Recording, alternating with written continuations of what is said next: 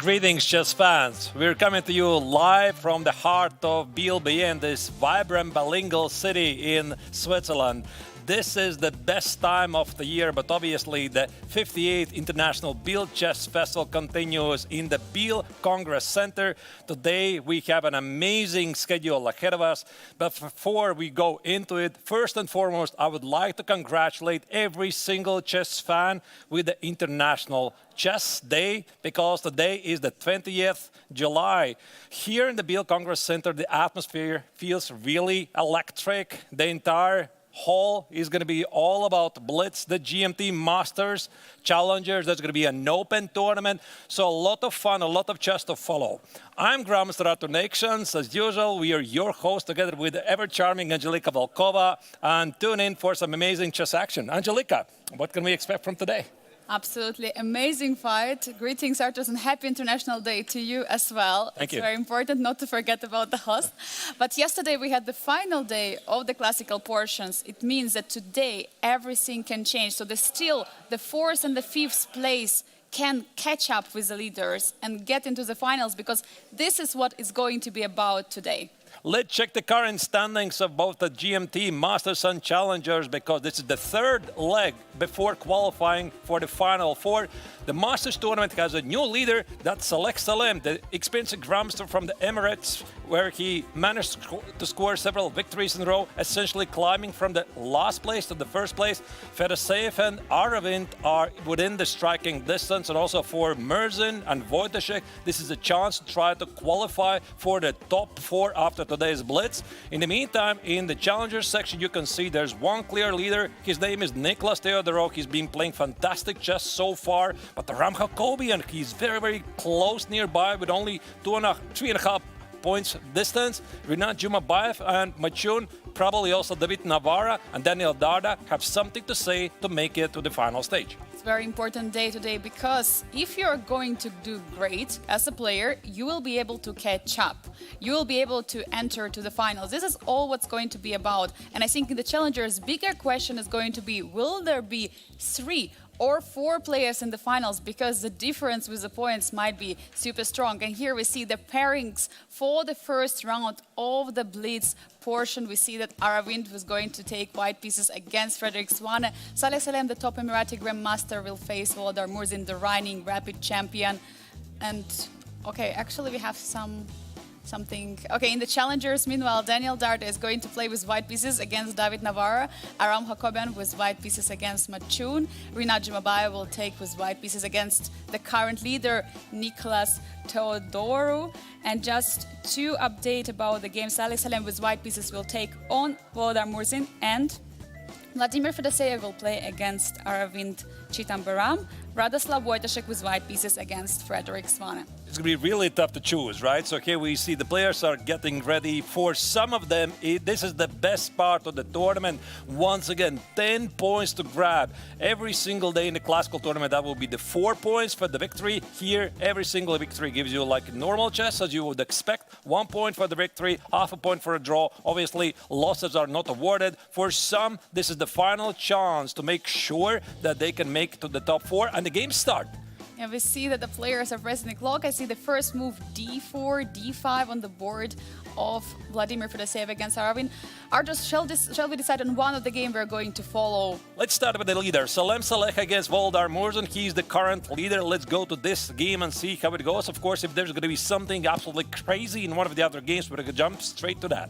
Yeah, absolutely. We see that the players are playing the moves very quickly. We see h4 is already on the board. I mean, all the players are ready with opening prep. Now they have even more time that they are started with on the clock. Repeat of the classical. They already played this. It's exactly the same game. Exactly. 93 bishop d6, rook h3. They want to repeat the same stuff they already played a couple of days ago. We were discussing this already, and we had this position in many games, by the way. Saleh Salem has played it against Murzin. It was also played in the Challengers in one of the games. So one of the thematic ideas in this Slav. But we see the attack on the king side. We see again this rook h3 lift, which was happening also in the classical portion. Yeah, I mean, here, White's intentions are crystal clear. Oh my goodness, can't even spell it. Crystal clear. White wants to go for a king side attack, play g4, g5, open up the king side. In the meantime, probably think about castling the long side. It seems like Salek has made his homework very, very nicely, because that's what you do when you play a very interesting game. G5, H5, of course. Here, Murzin attempts to close the king side for good. It looks like he wants to do it, because otherwise there will be attack. Meanwhile, Saleh Salem has a king on e1. It's going to be a question, will he castle long, or will the king stay for a time? In the center, we see the answer immediately on the board, rook d1, so there will be no castle. Most likely, king will be somewhere on f2 at some moment. Arturs, what do you think? Where do you put the king? There's the answer. The king stays in the center. This is a very big decision. I think that both players definitely are still within the prep, but at some point, they're going to have to make their own games. Bishop b4, Max is a mistake, feels to be pretty human move to me. Both players are very strong, actually, the time control players. I mean, Voldar Murzin is the reigning World Rapid Champion, and Saleh Salem's skills, especially in online chess blitz, are legendary. Yeah, and also reminding the last year's edition of the BLITZ Chess Festival, Saleh Salem scored 9 out of 10 points, and with that, he was basically on the top of the world, like no one could catch him. He basically eliminated Biel, I remember last year, because there was a more than 12 points difference between him and the fourth place.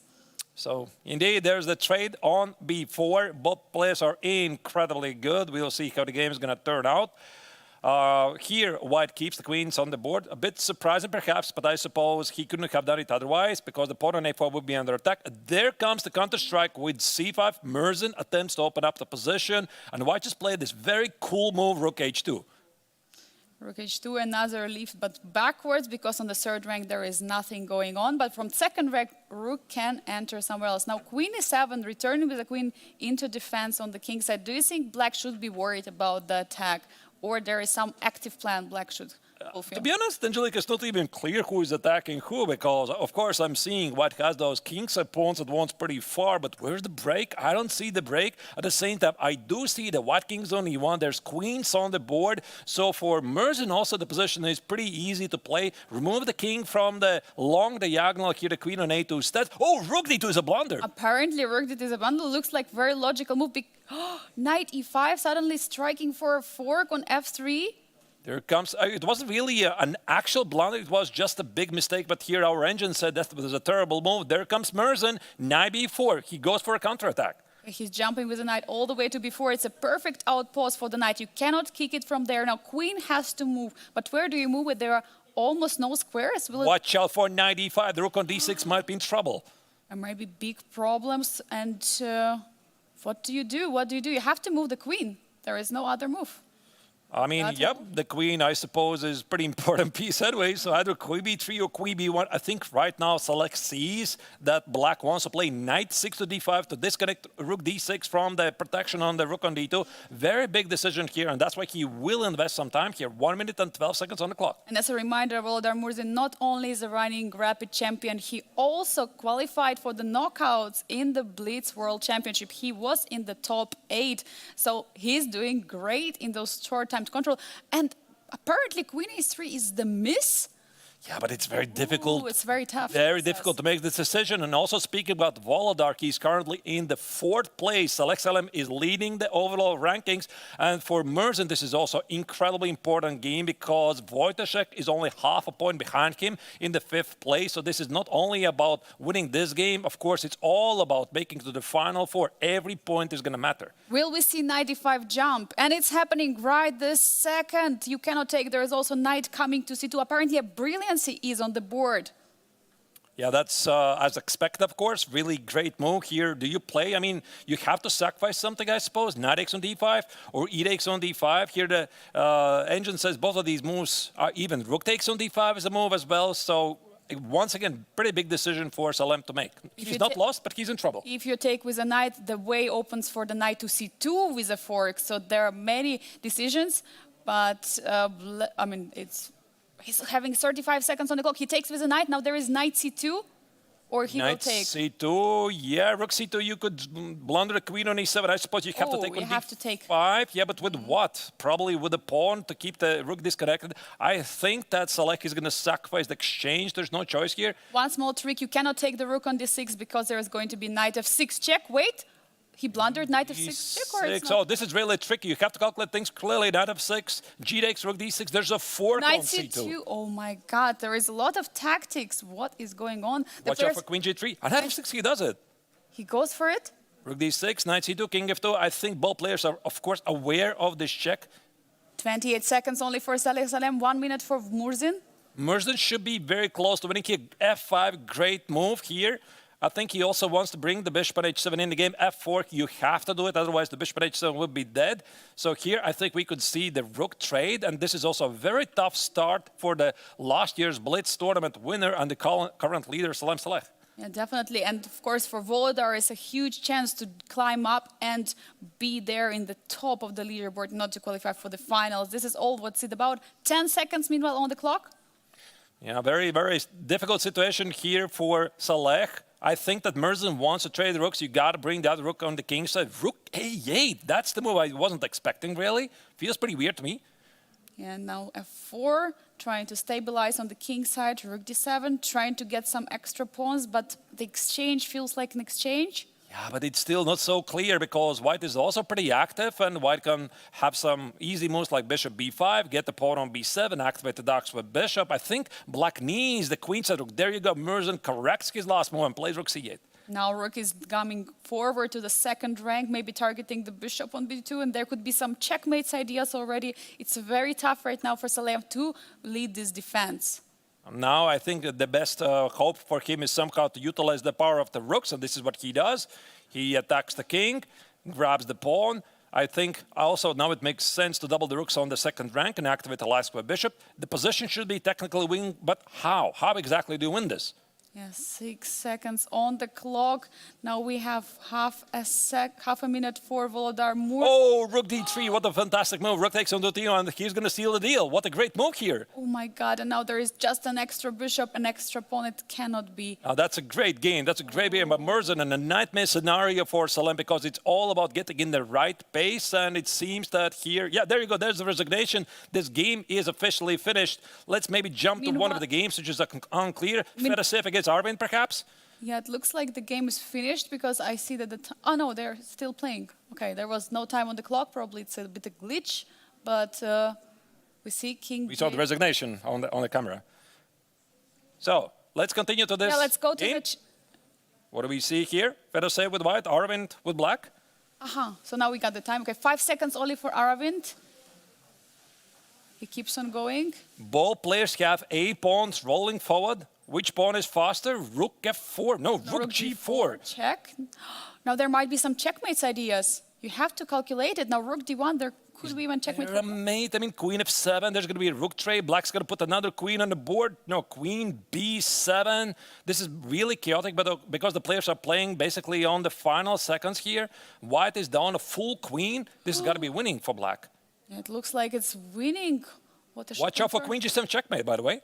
Big threat. Queen H7, there's no mate. Oh, no mate. He's defended from everything, and he can even sacrifice a queen if he wants for the knight or for the rook.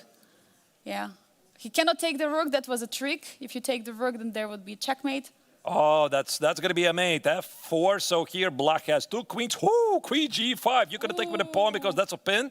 That's a great move. So black is simplifying the position. He gave up the queen just to make sure that he can trade off the queen. So queen F5 is incoming. There you go. I think it's going to steal the deal for black. Yeah, it looks like we're going to see a resignation very soon. He still keeps on playing.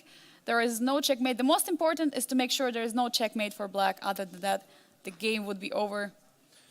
Of course, the game still continues. White is hoping for some miracle, but as they say, a rook is a rook, and also the white king is pretty exposed. Both players are down at about last 4-5 seconds. 4 seconds for Arvind. Bishop b1, 9 g3. Where's the mate? Where's the mate? Bishop takes on g3. You can take with a pawn, take with a king. No, you can take with a queen as well. Oh, and there is a check. Okay, now it's an extra rook, so you have just to trade the queens or attack the king. There might be a checkmate. We might see a rook a5, queen attacking the king. There could be a checkmate. I think he's going to do it. Yeah, I mean, extra rook has got to be important, and this is it. Yeah, king h5, queen f6. White has no trick skill, only 2 points for the rook. Fedoshev is looking for this one more final trick, but unfortunately there's none. There goes the queen trade. Yeah, and we have an extra rook. Of course, there are pawns. They're still marching, but definitely with a king on And there's a g7. resignation.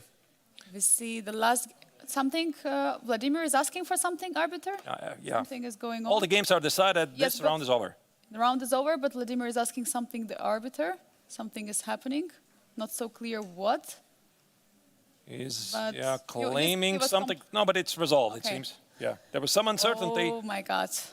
Really, really interesting action. So very, very nice prelude, what we could expect from today. Once again, there's 10 blitz rounds to play. This was only round 1. So quite amazing moment here happening. Maybe we could call out the results. What are the current results of round number 1? So we'll see until that. But I mean, Angelika, this very first game, Merzen against Salexelem, that was essentially the repeat of the classical tournament. And it seems like this time Merzen did the homework a bit better, no? Yeah, absolutely. And we saw that he scored a victory. Also, Aravind winning against Fedoshev, climbing up in the standings.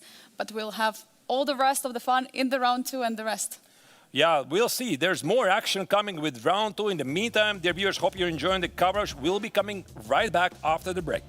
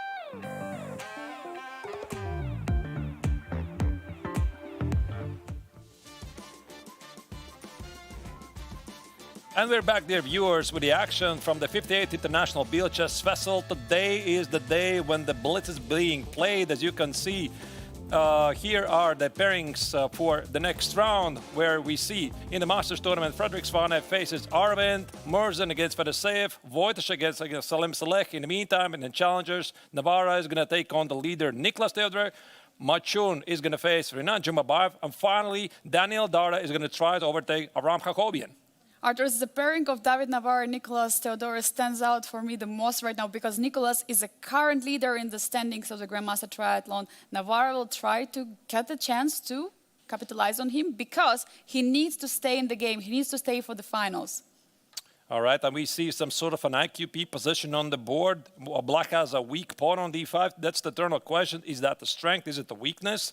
Bishop takes on b6, queen takes on b6. White has some choices. The knight on f3 is pinned. And it looks like White is winning a pawn. The question is, can he take it? Yeah, it's a bigger question because there might be something after it. Yeah, maybe knight b4, some counterattack, and the knight on f3. This is something you need to watch out for. So perhaps David cannot do it. Some positional ideas, and he's going for it. He's taking the pawn, he's testing it out, and knight b4 is indeed on the board. Yeah, very principled approach. Now, the point is that the bishop takes on f3, you cannot take with the queen, g takes on f3, and typically engines, these positions somehow like for the defender, because black has a very easy game here, so the position looks a bit balanced. Yeah, and c3 is the next threat, so now Nicolas has to try to attack the queen in some way. Indeed. So here, the pawn on c2 is under attack. Maybe g6, rook e8 could be an idea. The queen on e4 feels pretty active. Do we have a bit over what's going on in other games? I would like to suggest to go to the game of Frederik Svane against Aravind Chidambaram because I see that there is a huge action on the king side. So let's dive in instantly there. Look at this. g4 is on the board. On g4, g6, this is some sort of a hedgehog, I would say, gone wrong because black is incredibly passive. How do I know this? I have played this from the black's perspective. Hedgehog is one of my absolute favorite setups, but here, White has got a massive space advantage. I mean, we can count the pawns on the fourth rank. It's 1, 2, 3, 4, 5, and if you wish, 6 is also possible. Yeah, and it could be a move because now we see that White is trying to attack on the king side, so h4, h5 could be an idea, but we see queen h3 bringing the queen towards the action. Could we see in this position some g5 or f5? What is Black-White's preparing? Absolutely. So White is going for the king set attack. Also, a very common trick for these positions at the right moment is knight e5, e takes, c takes on d5. But I don't think we are going to see this in a blitz game because it can easily go wrong for White in a classical game. You can figure it out. In a blitz game, it's different. There is a big question, will g5 or f5 played? Maybe it's even working now because you're trying to open up the position, and meanwhile the queen of black is on the queen side. Now we see that Frederik is taking time. We know he was in the time troubles in the classical. This is Blitz. He will for sure get into time trouble here. And Frederik needs some points because he's currently in the last place in the Masters tournament. So if he's dreaming about some chances, even theoretical chances to make the top 4, he's got to score victories. In the meantime, Arvind started the Blitz tournament with a victory. And right now he is climbing to the leaderboard really close. And look at that g5 attacking the knight. Now knight h5 and f5 immediately striking on the king's side, breaking the black's position. How do you react here, Artus? Do you have to take or you just stand still? Because maybe you just ignore it because also the f5 square, Angelika gives up the e5 square. This is a very big decision. f5, knight e5 could be a move. This knight is really strong. White at some point even play f6, but no, e takes and f5 was played and counterattack d5. This game is getting really sharp. Ooh, absolutely crazy. But now I'm wondering, is there any f6 ideas just basically cutting and encaging the bishop on g7? Can White go for it? Can White play f6?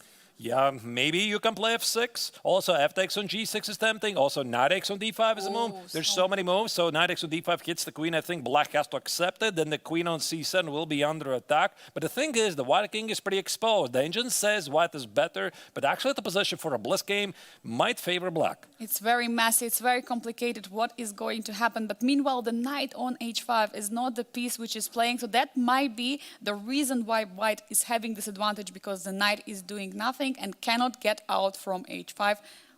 He's taking the knight. He takes it, queen e5. Watch out for the bishop on e3. Under attack, there might be even some potential queen sacks on e3. For example, if white plays rook e1, queen e3, and bishop takes on d4, you got to calculate things very carefully. If the bishop retreats, there's knight f4. Queen takes on d5. No queen sack. Okay. Oh. And it was a miss. Apparently now f6 is on the board, engaging the bishop. Now knight on h5 is absolutely a cut piece. It cannot jump back. It cannot jump anywhere. Here, the engine says some absolutely amazing lines with knight e5, but I mean, both players are absolutely human beings, so bishop f8 also makes sense here. And Frederick attempts to trade the queens because he has some space advantage. I think Arvin wants to keep the queens on the board, but the question is, can he do it? I mean, well, we see that the queen trade was rejected. He doesn't want to go into the endgame. Can I play bishop b1, knight f5? I'm wanting to go for some kingset attack because with knight f5, queen f5, there might be some batteries here, might be some attacking possibilities for white still. And also there is a knight which would hang on h5, because if you jump knight f5, if you take, there is queen h5 suddenly. I mean, the knight is very bad piece for black. Yeah, but for the moment, the bishop on d3 is under attack, so white might have to deal with this. Both players are really low on time. White has only 27 seconds. Noki offers a queen trade again. Probably the safe choice.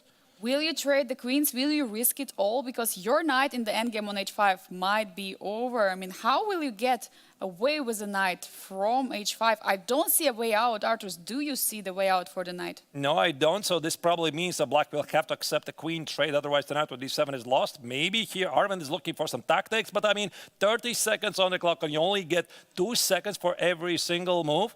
25 right now for Arvin, 29 for Frederick. Both players are low on the clock, but Arvin has to make decision. Will he be able to find a way to continue? Big decision here. He is not sure. He plays knight e5, allows the queen trade. Black is pretty active, but then again, the pawn on f6 and white's 2 bishops probably give white a better position. It's all coming down to the final seconds.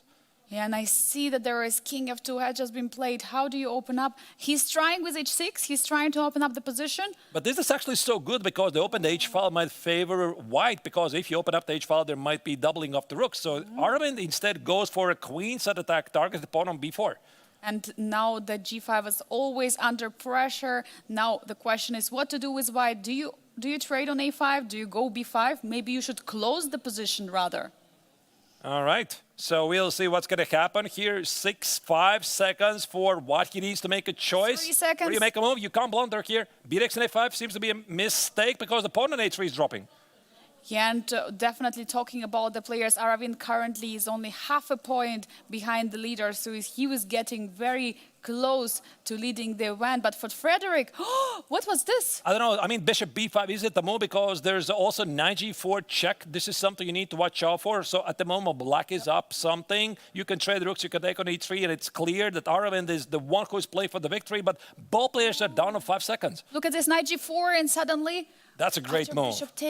Bishop takes, and now the knight is finally free. Extra pawn in the endgame. Still not very clear, because watch out for bishop takes on h5, g takes on h6. White could go for a counterattack at the king side. Now the position feels pretty level. Rook d5. Okay, I didn't expect that. We might see even a draw in this position, but definitely there is still try to play for black. Oh, no. But wait, I mean, the knight on h5 is not really in the game. So how do you play for the win here? So rook d5, the pawn on g5 is hit. So I suppose white needs to address that somehow. Might fizzle out to a draw, we'll see. And we see a trade has just happened. King f4 defending the pawn on g5. But you have a tricky position with the king on h7 right now. Gonna play king g6 is gonna be rook g8. You're gonna do that. So here goes white, king d6, king e7. No, he goes back. You need to keep an eye on the pawn on h5.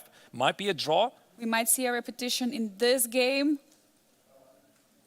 Once again, king g6. Arvind is going for more. Rook g7. Do you protect the pawn on f7? Rook f4. What a sneaky check. Yeah, and we see king g3 again. Should be still draw. No, wait. Rook takes on g5. Rook no, it's going to be a draw. It's going to be a draw. The player's going to agree on a draw. Meanwhile, we still have a game ongoing. Vladimir Murzin against Vladimir Fedoseev. Let's switch to that game. One of the central games in the second round. Look at this endgame. They just finished. Oh, they just finished. Fedoseev wins. We still have a game of Daniel Darda against Aram Hakobian in the challengers. Let's dive in there this moment. The Daniel Darda. Yep, there you go. Still playing. They're still playing. They're still playing. Darda has 2 extra pawns in the endgame. Hakobian is trying to defend. The position looks pretty hopeless. So this should be technically winning position. Every single move gives 2 seconds. So I think the Belgian Grandmaster should be able to figure it out. Super important for Daniel to win this game in order to climb up in the standings, because currently he's on last place, so he has to do it. Will he be able to? And yeah, there is a resignation. We see a result now. Daniel is winning and getting higher in the standings. So this was the last game of the second round. In the challengers, actually, all the games were decisive. All games with white were victorious. In the meantime, in the Masters, we have something else. We have 2 decisive games. So here are the results. As you can see, the only draw, by the way, was in the game Arvin against Frederick Svane. In the meantime, Fedoseo bounced back from the loss in the first round with a victory over Volodar Murzin. Radoslav Wojtaszek lost his game against Alex Alem, so the tournament leader scored an important victory. In the meantime, Niklas Theodoros suffered his first loss in the Challengers tournament against David Navara. Machun overtake Renan Jumabayev, and Daniel Darda was victorious over the co-leader Aram Hakobian. So things are really shaking up rapidly. Incredible results in the round 2 of the BLITZ. So we're going to see even more action in the next round. Absolutely. I mean, things are totally heating up here in the Biel Congress Center. Dear viewers, I mean, don't go anywhere. We're definitely coming back with more action with round 3 of BLITZ here in the Biel Congress Center. Stay tuned and keep coming back after the break.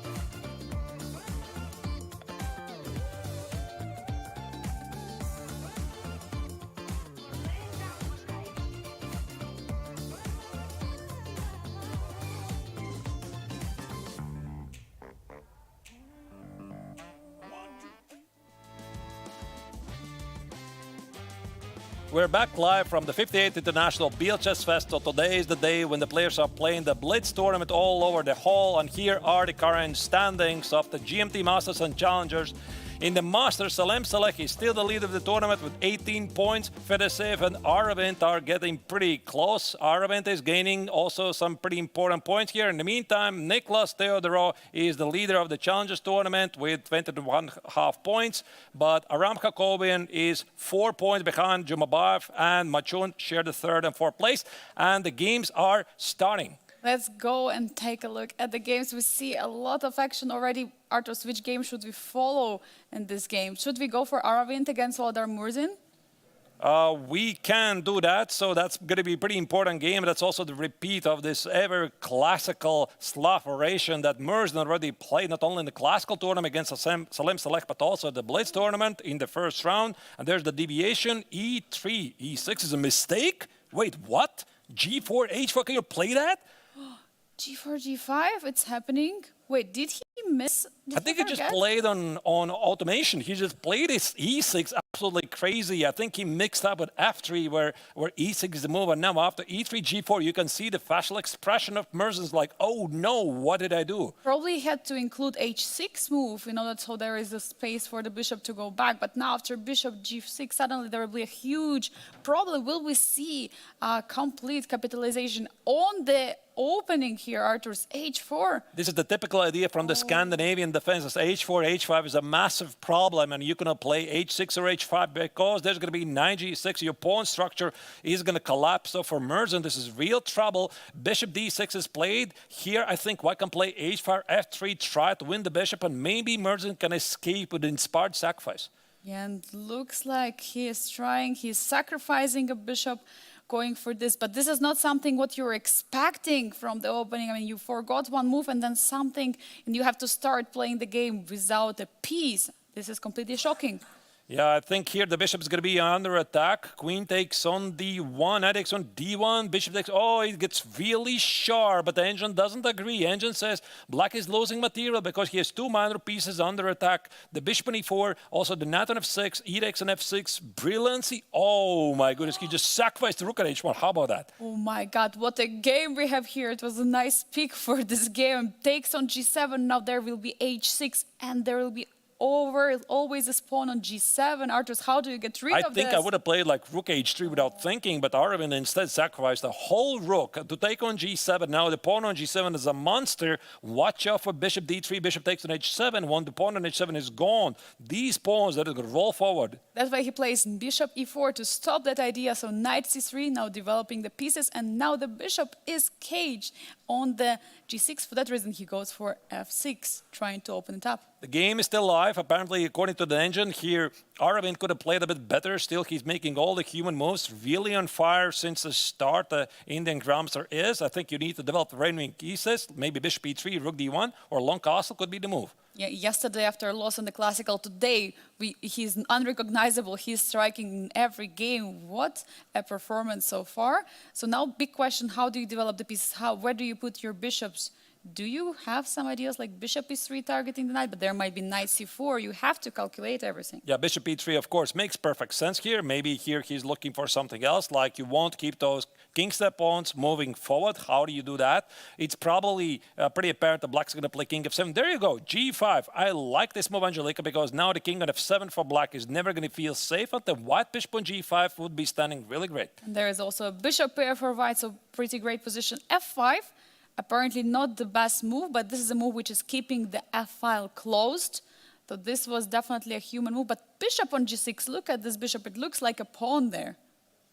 Yeah, it's not really great. It's the last defender to keep the black's kingside together. I think here bishop E3, long castle looks really good. And here Aravind has plenty of time to figure things out for Murzin. Again, this was really, really terrible opening. He just blitzed out the C6 without thinking. And now you have this.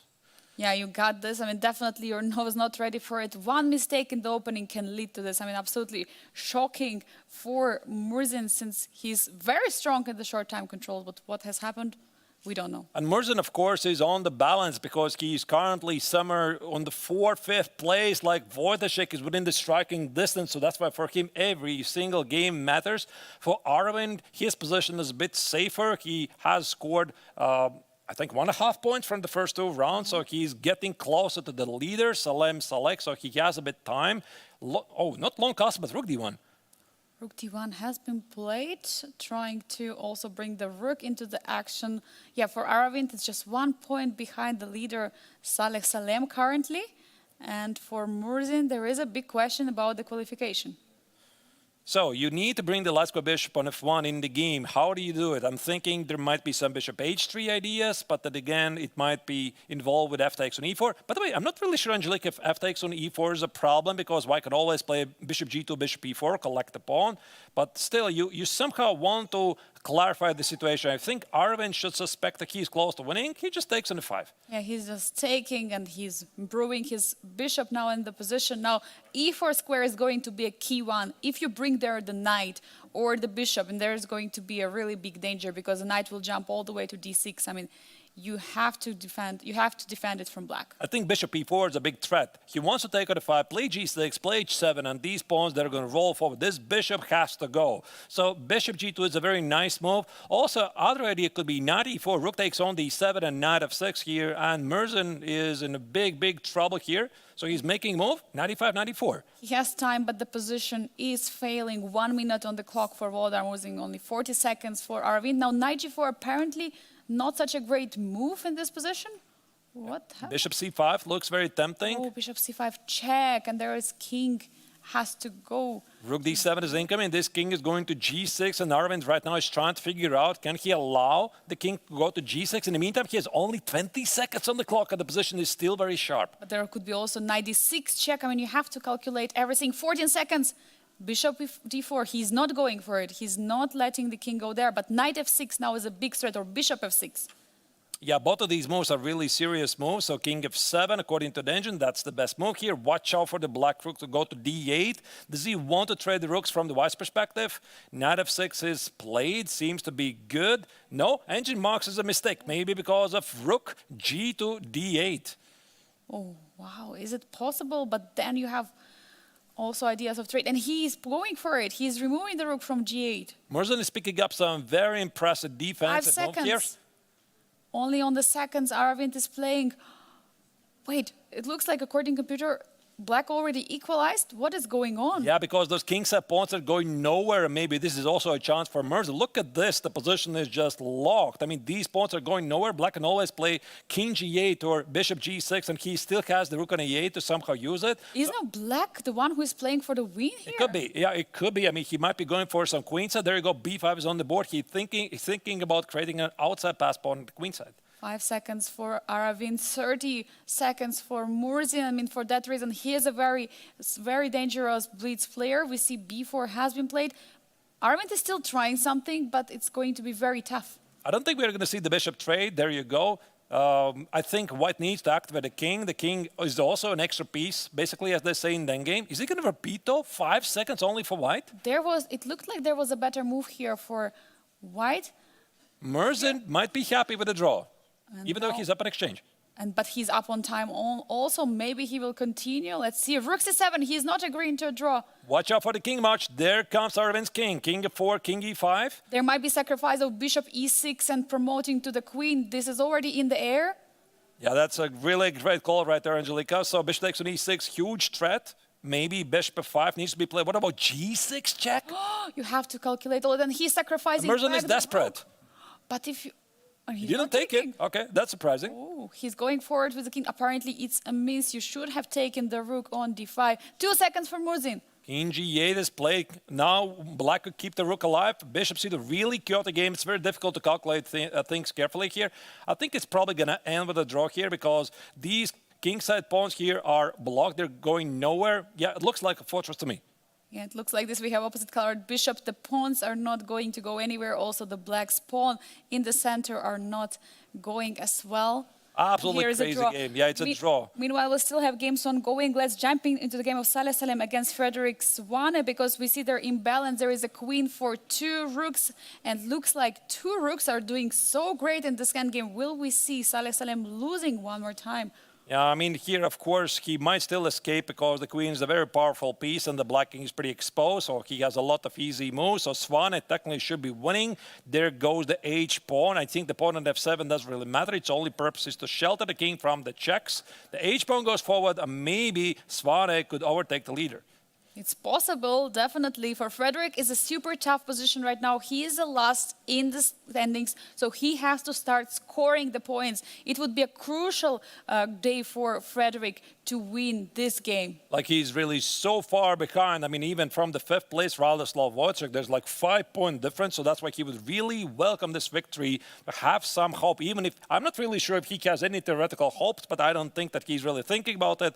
So Saleh is fighting to save the game. He's fighting and he's trying. We see that the rooks are defending the king, so there are no real checks. And meanwhile, the H-pawn is marching forward. Will be able, Saleh, to make a draw here. Yeah, so here black can make a lot of easy moves, and the 50-move rule is light years away, essentially. So white is figuring out where to put the king. Queen F3. He's Pretty trying. weird move. He's attacking the pawn on F7. And now rook g3 will be played to march the pawn forward. It is on the board. Now queen has to move. Is there queen c8 check? Yeah, there's rook g5, h3. This should be already technically easy victory here. Yeah, the pawn is marching too far. I think for American Grandmaster, it's going to be very sad result coming to the BLITZ and losing these 2 games. And a great victory for also the young German, because he's been struggling for the entire GMT tournament. He was usually in the time scramble, also part of some dramatic moments, but finally here he looks like he is going to score a very impressive victory. The H-pawn should promote to the queen. Saleh is attempting to do the final tricks, but the logical outcome looks like that the Frederick, currently at the last place, might overtake the tournament leader. Saleh is trying, he's still trying, giving these checks, but the pawn is already on h2, it's too far, you cannot really stop it. There are no checks in this position, we might see resignation at this moment. I see the handshake, and Frederick Swane is winning against Saleh Salem. Meanwhile, we still have 1 game ongoing, Nicolas Teodoro against Machun, unless the game just finished. We don't have an update now. I think that black has won this game. Just game. Finished, yes. Yeah, it just finished. Something is happening. Wait a second, there is some okay. debate. Oh, there was even an arbiter involved. Okay, apparently things were... Oh. Draw. Draw. All I saw was the extra piece. But apparently there was perpetual check. So probably someone claimed the threefold repetition. Probably white claimed the threefold repetition and made a draw. What I say for Nicolas Teodoro, looks like all the games in the round, in the BLITZ round finished. Yeah, let's check now the current results of the 3rd round. Here they are. Arvind shared points with Voldar. Mirza Salem lost his 2nd game in 3 rounds for Frederick Swane. So for Swane, this is good news. Vladimir Fedoseev shared points with Radoslav Wojtaszek. In the meantime, in the Challengers tournament, here we see there are the results. Jacobian scored a very important victory over David Navarra. Jumabayev against Darda finished in a draw. And also for Nicolas Teodoro, he is struggling to find a pace in the tournament after an impressive showing so far. He made a draw against Machun. I enjoyed the action so far here. I mean, every round is impressive. So many tough results. And we see that the pro players from the last place are scoring victories against the first place. Absolutely incredible. Yeah, I mean, the action is rolling for really quick. Like, this already was the round 3, and we have still 7 rounds to go. But in the meantime, we're going for a really short break. So, dear viewers, come back after the break and follow the action here from Biel.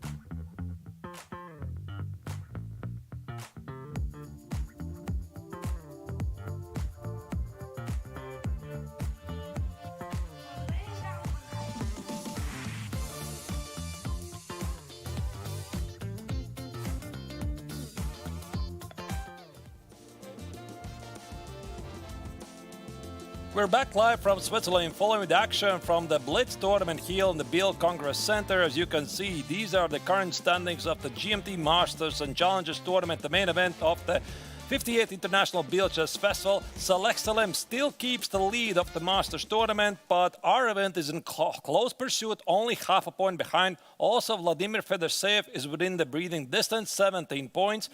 There's a very fierce fight for the fourth place. At the moment, it's Merzin with 14 points, but Wojtaszek is only half a point behind. In the meantime, in the Challengers tournament, Niklas Theodorou has a safe lead with 22 points. Aram Hakobian is again very impressive in the second place with 18.5. And then again, we have Jumabayev, Machun, and David Navarro, and even Daniel Darda fighting for a place in the top 4. By the way, Daniel Darda has right now 2 points out of 3 in Blitz, so he still has a lot of chances to strike back. Meanwhile, Frederick Svane also won against Saleh Salem, so he also has the chances in the Masters. And here we see the pairings for the next round. Radoslav Wojtaszek with white pieces against Arab Wind, Frederick Svane against Volodar Murzin, Saleh Salem against Vladimir Fedorsev. And in the Challengers, we see that David Navarro will take on Machun. Daniel Darda, who is now having 2 points, will play the current leader, Niklas Theodorou, and Aram Hakobian against Jumabayev. Arturs, which pairing is standing out for you? I think we could follow definitely the game of Daniel Darda against Niklas Theodorou, because that's the comeback of the Belgian Grandmaster against the tournament leader. Could be pretty important here. And there you go. The games are officially starting. D4, knight f6, and Trumpovsky is on the board. And we see that this has been played. So now trade on g6, giving up the bishop for knight, but in exchange for some pawn structure. Seems to be a pretty positional game here. The variation has some vibes from the London c4. So that attempts to destroy black center. I think the idea is to play knight c3 next, of course. And knight f3, just go for normal development. Question is if you're playing c6 or take, and we see Niklas Theodorou is going for take. Now there is a big center for white. Will they be able to use it? How about a long castle, Angelika? I mean, this might spice you up things like queen c2, queen f3, and long castle. There you go. Ooh, we are going to see long castle. We might see h4, h5 on the board, marching forward with a pawn, knight e2, first plate, not yet deciding where to castle, still keeping it as an option.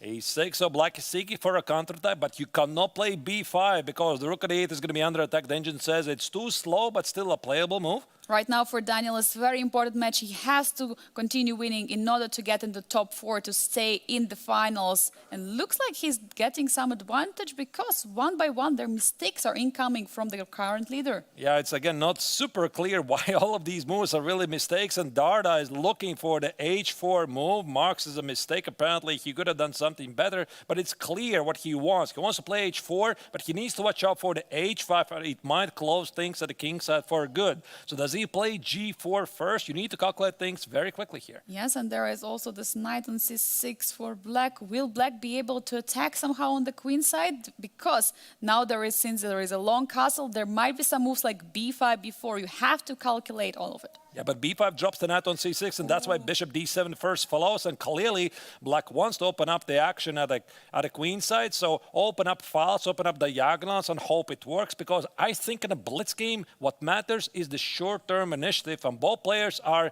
going against the opponent's king. g4 is on the board. Yeah, here you go. The g4, as you were mentioning now, big question. h4, h5 is going to follow most likely. We'll see the open up the action on the king side. What can Niklas do? Will he defend or will he try to start attack himself with a b5, b4? Big question. Definitely, it makes sense. But if you play b5, there might be also bishop d5. So suddenly the knight on c6 is under attack. If we speak about the current ranking, so Theodorou is safe. I mean, he is leading the tournament with a very impressive 22 points. But for Darda, this might be a must-win scenario because he is currently in the last place, 1.5 points behind the 5th place. And then there's top 4 already within the reach. Looking how he's doing so far in the Blitz, we might see the comeback from the Belgian champion because he has scored 2 points out of 3 rounds. We see knight b4 was apparently a mistake. Yeah, but I mean, it's looks very logical. Perfectly logical. Of course, queen x on b7 is something that white will never do. a3, b5, there you go. Black goes for the complications. We see that black is striking first, now sacrificing the knight on b4 for the bishop on c4. What are you doing? Is there any... What about bishop b3? Where does the knight go? I mean, black is going to have to give up the material. Knight c6 is going to be bishop d5, pinning the knight on c6. So I think that Theodoro is going to have to sacrifice something here. Oh, there will be some material sacrifice, most likely an exchange on a8 at the end of the line, but Maybe let's even see. more, maybe a piece. Ooh, bishop b3. He found it. Now knight c6. Will we see bishop d5 here? How do you actually defend this? Because bishop d5 is very strong here. Maybe You have to play knight d4? e7, maybe? Yeah, but he doesn't want to trade the queens. That's the point, right? He doesn't mind to sacrifice the Yes. exchange. But what about the queen trade? Bishop takes on f4 doesn't change anything. There's going to be e takes on f4, and bishop takes on c6 is just an unstoppable threat. So black doesn't mind giving the exchange, but not the queen trade. It's not going to happen. There should be something, and there should be some move in the position. And we see b4 has been played. He's still trying out, but Yeah, knight b4, Still. bishop a8. This is not good news. So what do? Maybe give up the piece for nothing? Like play a5 here, play rook b8? Knight b4, so he goes for it. he goes for it. Now trading the queens. White is happily accepting. Now up material. Daniel Dart is going to the endgame. There might be still attack because we see the bishop pair for black. So Nicolas still has chances because also the king on c1 is super weak. The knight on b4 is strong. There is some opportunity to try to equalize the game. And of course, also Dart immediately adjusts his strategy. He's no longer going for the kingside attack. He already got what he needed. He has the extra exchange. He's just trying to get it to the logical victory. The king goes to the king side, try to trade off the pieces, and finally win the game. That was the biggest problem for him, the king, the weak king on the queen side. So he moves it to the center. And now big question, how will he defend the pawn on b2? Or is there no problem at all? Like rook d2, rook c1 looks reasonable to me, and this is exactly what the Belgian Grandmaster played. Also, I want definitely to trade one of those bishops, so I'm talking about most like knight e4. First, I need to remove the rook at h1, just in case not to walk into some pins. Make it as simple as possible. Yeah, absolutely. We see this on the board. Meanwhile, 40 seconds for Greek Grandmaster. We see what happened. He I'm quite traded. surprised about the trade. I would have thought the black would want to keep the Dogs with bishop alive. I mean, now the position looks to be a bit easier for white to play. And there is no bishop pair anymore. No bishop pair, no attack. Bishop c6 is going to be d5, so the pawn on d4 is a target. Rook k5. Of course, the position is still playable for black. He's not like dead lost. Can you play d5 and rook d4? And that's what's happening right now. Watch out for the fork, Angelica. Ooh, let's not miss it. Yeah, might easily miss it. So black will play bishop c8, bishop b7, target the pawn on d5. This game is not yet over. Not over, but How do you get to the pawn on a4? Not very clear. but now he gives up a pawn for some reason. Can you take it, or there is going to be rook a5 back? Take it, Take rook a5, b3. b3. Feels to be good, but you drop the pawn on d5. Okay, big question. What do you do? Darda has time. Maybe he wants to... I would actually bring the king to the safety. King g3 first. Okay, knight a4 is played, then b3. Yeah, now we see rook a5, b3 is going to happen. There is no other way to defend the knight. And knight d5. Now question, rook a to d1. Is it Makes helping? sense. Yeah, rook d1 makes sense, but first Darda brings the king to the safety. Also, rook c1, rook c5 would something be I would consider. I just want to make as many trades as possible. Rook c1, rook c5. Watch out for the f5 threat. The knight to d5 might be hanging. Ooh, that's a big threat here in the position. f5. 15 14 seconds? Yes. Nicolas is getting very low on the clock. I guess you have to play f5, but white might take g-next about g5. It's letting the f5 immediately. But now f5 was a move on rook c5. Okay, this didn't happen. Rook c5, this initiates the trade. I think Darda is going to do it. He has whole 46 seconds on the clock, extra exchange. He's playing really fantastic chess so far. And now the bishop cannot move, so you can trade the knight for the bishop and you can go into the endgame. At first he goes h4, he's putting pressure on the pawn on g5. And this looks like the position he can easily convert. h5 should fix the pawn on h6. I think you don't want to trade too many pawns than you have to. Black is attempting to set up some kind of a fortress. But you can just always bring your king to the c7 pawn and just take it with a rook. So you can always sacrifice the rook for that pawn and then go forward. Yeah, this should be technically winning. White's going to activate the king, the rook, go for the pawn on c7, as Angelica said. So here Darda is figuring things out. He has still plenty of time, 23 seconds on the clock.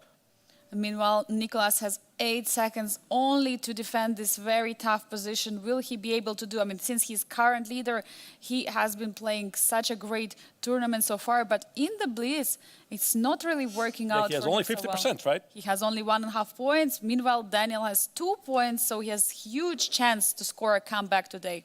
There comes the king, king f5, knight e5. So black's position is tearing apart slowly but carefully. I think I would play something like rook c1. There you go, rook c1 is played. Maybe some quiet mode like f3 to make sure not to blunder. That's the main rule normally for Blitz. You don't want to blunder anything, especially a fork.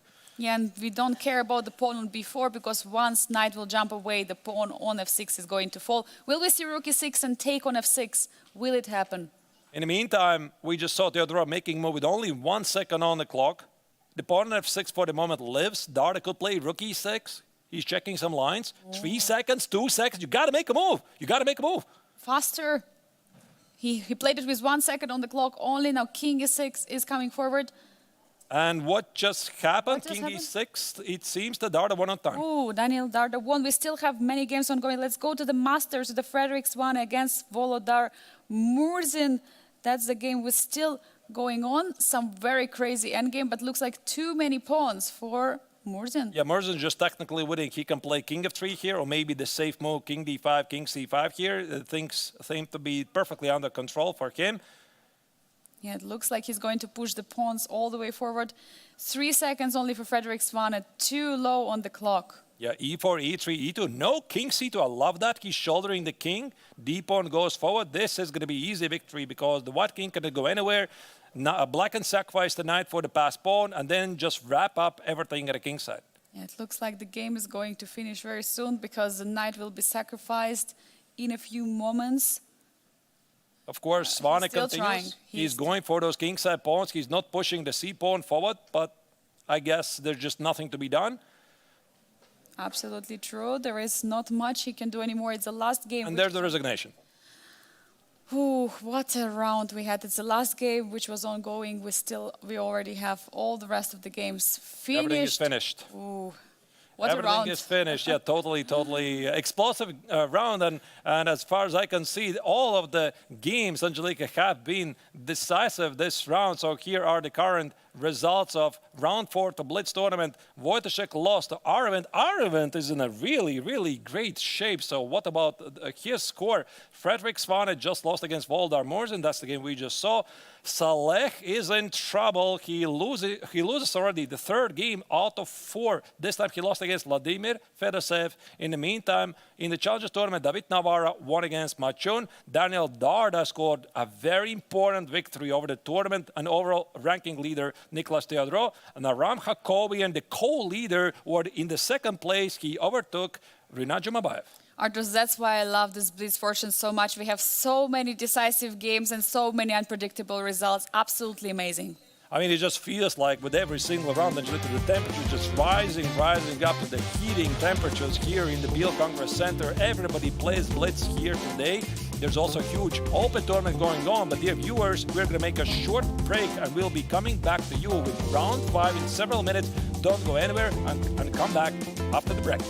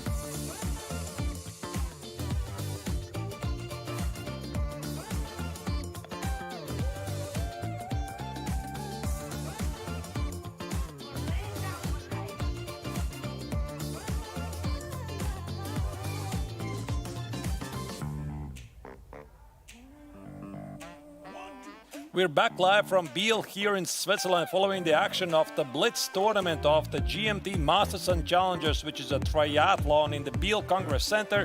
These are the current standings of the Masters and Challengers after 4 rounds of BLITZ played. As you can see, Aravind is the new leader of the triathlon because he had a strong showing in the BLITZ, 18.5 points in his tally. In the meantime, Salem Saleh is a bit struggling. He's currently lost 3 games out of 4. He shared second place together with Vladimir Fedoseev, and Merzen seems to be pretty safe right now. Of course, many games to go over Wojtaszek to qualify for the final 4. Yeah, and the challengers, we see that Nicolas Dodor is still holding the lead, but the players are coming closer and closer. Aram Hokabian with 19.5 points. And now there is a big question who will qualify, because Rinat Jumabayev, Machun and David Navarro, all 3 of them have 13 points. They're sharing the 3rd till 5th place. Huge question who will go in the finals in the challenges. But meanwhile, Daniel Darda is doing pretty well. He's having 3 points in the BLITZ. So with 11.5 points, he's also in the striking distance to get to the top 4 for the finals. And it's going to be really tough for us to choose which game to follow. I suggest we're going to follow the game of Aravind against Vladimir Fedoseev, because this is essentially the fight of the leaders. Although, of course, also in the challenges, there's another matchup of 2 leaders, which is Niklas Theodorov. He's facing Aram Hakovian, and the games are starting. But I see that Aravind is playing against Saleh Salem, apparently. Oh. Oh, wait. Oh, wait. All right. Yes. Apparently, there's a bit mix-up. But anyway, let's follow the game right Of here. course. So, still, anyway, it doesn't really change anything. It's Yes. still a leader fight. Aravind is the new leader, and Salem Saleh is in close pursuit. Yes. So we have a Kings Inn in defense and the London on the board. Yeah, and Saleh also was leading. They went after winning 3 games in a row in the Classical, but now in the BLITZ, something is going on with him. He's losing 3 out of 4 games, so now it's the 5th round. He has to try to keep his lead, try to keep at least a draw, stop the bleeding. D4 is on the board. Yeah, I mean, here White goes very aggressive for B5. I think the big idea is to play at some point. I want to play C4, C5, all right. Here, I think for Black, for Salem, the plan is very easy, and this is also very characteristic for the Kings in the defense. You want to go for a Kings attack, really suits the Emirati Grandmaster's playing style, and G5 is on the board. We see that G5 is happening, so we're going to see a big fight. Who is going to attack whom? Is going to be Aravind on the queen side, or we'll see Saleh Salem attacking on the king side. So Queen E7 is played. Here in the meantime, Aravind is attempting to play C5. Very, very important game, obviously, for the overall rankings, because this game might decide the new leader here. I mean, normally, Angelika, I would prefer Black's position a bit more, because Black has the easier game against the king, but of course, Engine, as usual, like White's position a bit more. Yeah, I mean, for BLITZ, this is a very dangerous choice, because if you're going to have a successful attack on the king, you're going to win it. If the White's attack is going to be successful, then it means they're going to win some material, but the king's safety, this is the most important. And also recalling their game in the Classical, remember that Arthur is that Aravind had some chances, he was attacking. It was similar to the Classical game, as we can see, and the attack of the Saleh Salem was not so successful, but then later Aravind made a huge mistake. So this mentally could also help Saleh Salem. Yes. C5 break is happening. C5 break is happening, and we are seeing some moves on the board. Yes, we see that C5 has just been played. So the game continues. Maybe we can zoom in on the position. Yeah, and see what's going on. There's somebody climbing over it. We saw you. Yes. All right. Okay. So no moves so far, but we are not receiving any moves, unfortunately. So we can follow the action live from the actual board, as we can see. It is obviously continuing, but we are not getting any incoming moves. Yes, but it's okay. We can see on the board. There has been just moved H5 plate. Found it. Yeah, we fixed it. There you go. There you go. There's the actual position. There you go.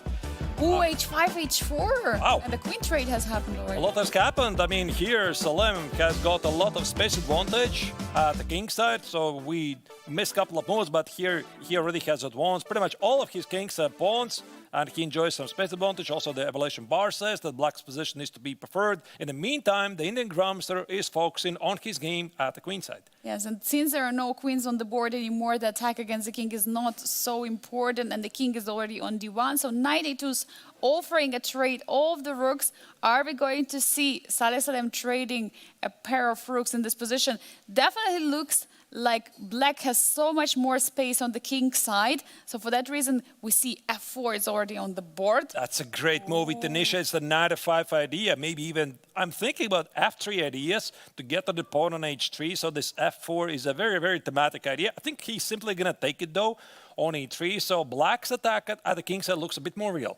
Yeah, it looks very dangerous because there is nothing you can do else on the queen side. Meanwhile, bishop of 1 apparently is a mistake. Will we see something? Is there some f3? Or? f3, that's a very big Yeah. decision. I'm sure you can do that. I would play something like knight f5, but if you do that, watch out for knight b4, knight c6. Knight f5 is played, and here is going to be coming Aravind with his contemplate the queen side. He's jumping with the knight all the way to c6. You have to make sure you don't want to blunder anything because from c6, knight will be able to attack the pawn on a7 and jump to e5. Do you have to play knight d7 here or bishop d7 to stop? And he's going for it. Yeah, bishop d7 is the safe move, of course, stopping knight c6 from happening. The other idea from white I can think of is some sort of an a5 idea. So rook a3, no. Knight b1 is played, and here comes the Emirati Grandmaster. He's going for a king set attack. g4 also might be an idea. Look at this. Bishop doesn't have any squares. The only piece which can defend it is the it has okay e2, but the only piece which can defend it is a king. So are you playing? King e1 is going to be rook c1. You cannot do that. cannot do Bishop that. is the only move. There might be g4 already somewhere. g4 looks very strong without a bishop g4 or knight g4, but the pawn on d5 could be under attack. You have to calculate again it very carefully here. G4 is been played. Saleh Salem is calculating that it's working. 1 minute 20 seconds for Aravind in this position. He's taking. He's trying to defend. And I just love this, Angelika. This is once again shows how Blitz is unpredictable because Aravind has a really great start in Blitz tournament and Salem Saleh has a terrible start, 1 point out of 4. But here it is exactly Saleh with the black color who is playing for the victory. It looks like this, and bishop takes on G4. Now king f2. Will you be able to bring the rook to c1? Or? Yeah, rook c1 looks very strong with some sort of a knight g4 at some point. I mean, the king might be in trouble, actually. I'm talking about checkmate ideas. Rook c1, bishop h5, and knight g4.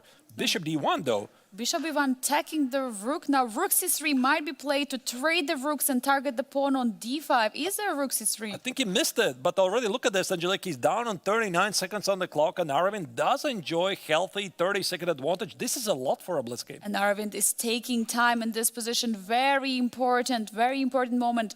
And will he do it? Will he play it? We see 1 minute on the clock for Aravind, but still he has time for a decision. Rook c3 is on the board.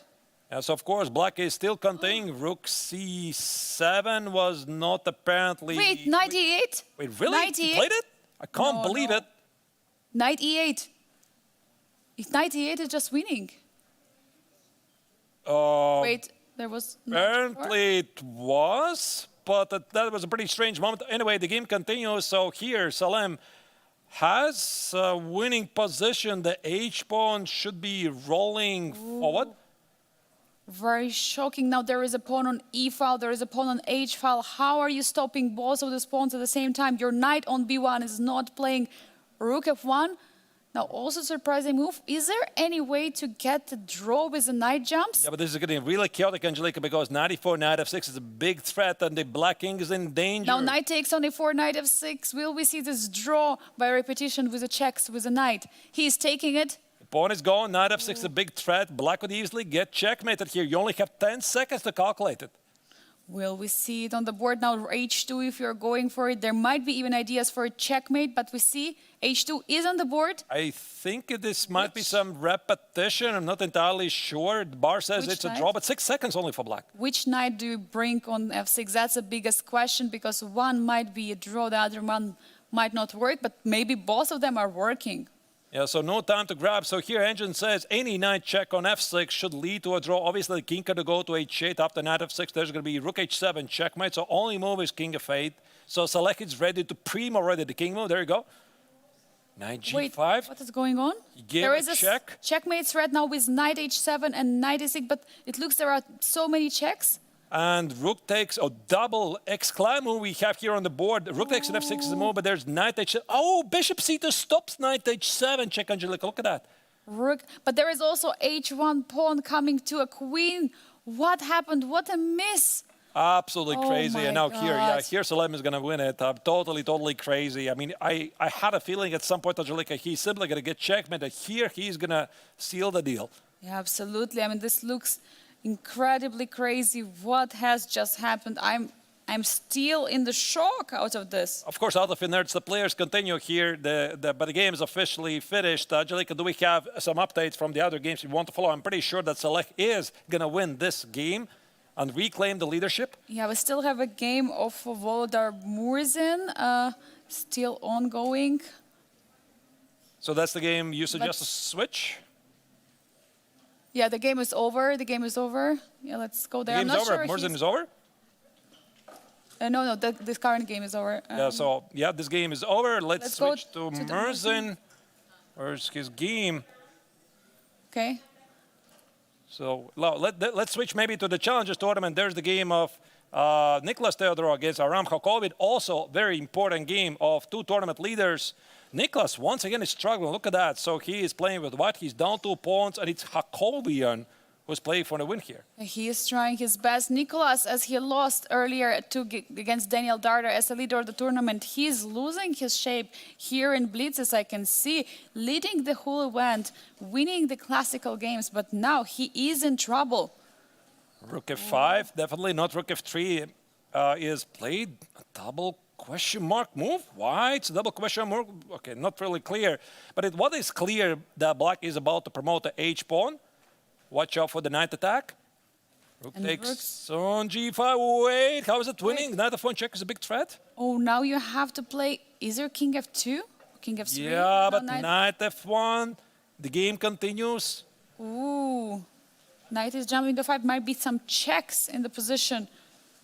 Oh, knight e5. Very nice deflection. Beautiful move. That is beautiful. Yeah, that is beautiful. I think here knight h4, king f2, this pawn is going forward. You cannot stop it. Knight g3, this is desperation.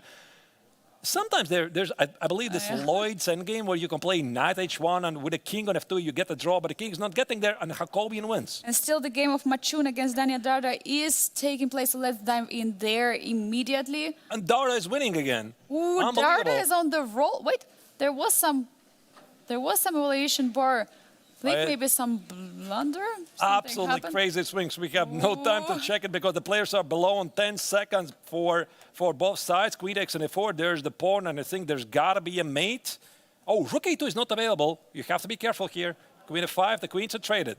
Yeah, it looks like that. There is just a rook with extra pawn for a knight, which is definitely not going to be enough for white to keep the draw here. He's still trying to get the fortress, but no, you can always sacrifice a rook for a knight. Yeah, so here it seems that Darder is going to score yet another impressive victory here. Of course, Machun is continuing and attempting to save the game, but it doesn't look like he can do it. And there's the resignation, and Darder scores yet another impressive victory. What a comeback for the young Belgian grandmaster. We had yet another explosive round, Angelica. So many decisive games. We saw the games between leaders, both in Masters and Challengers. So, wow.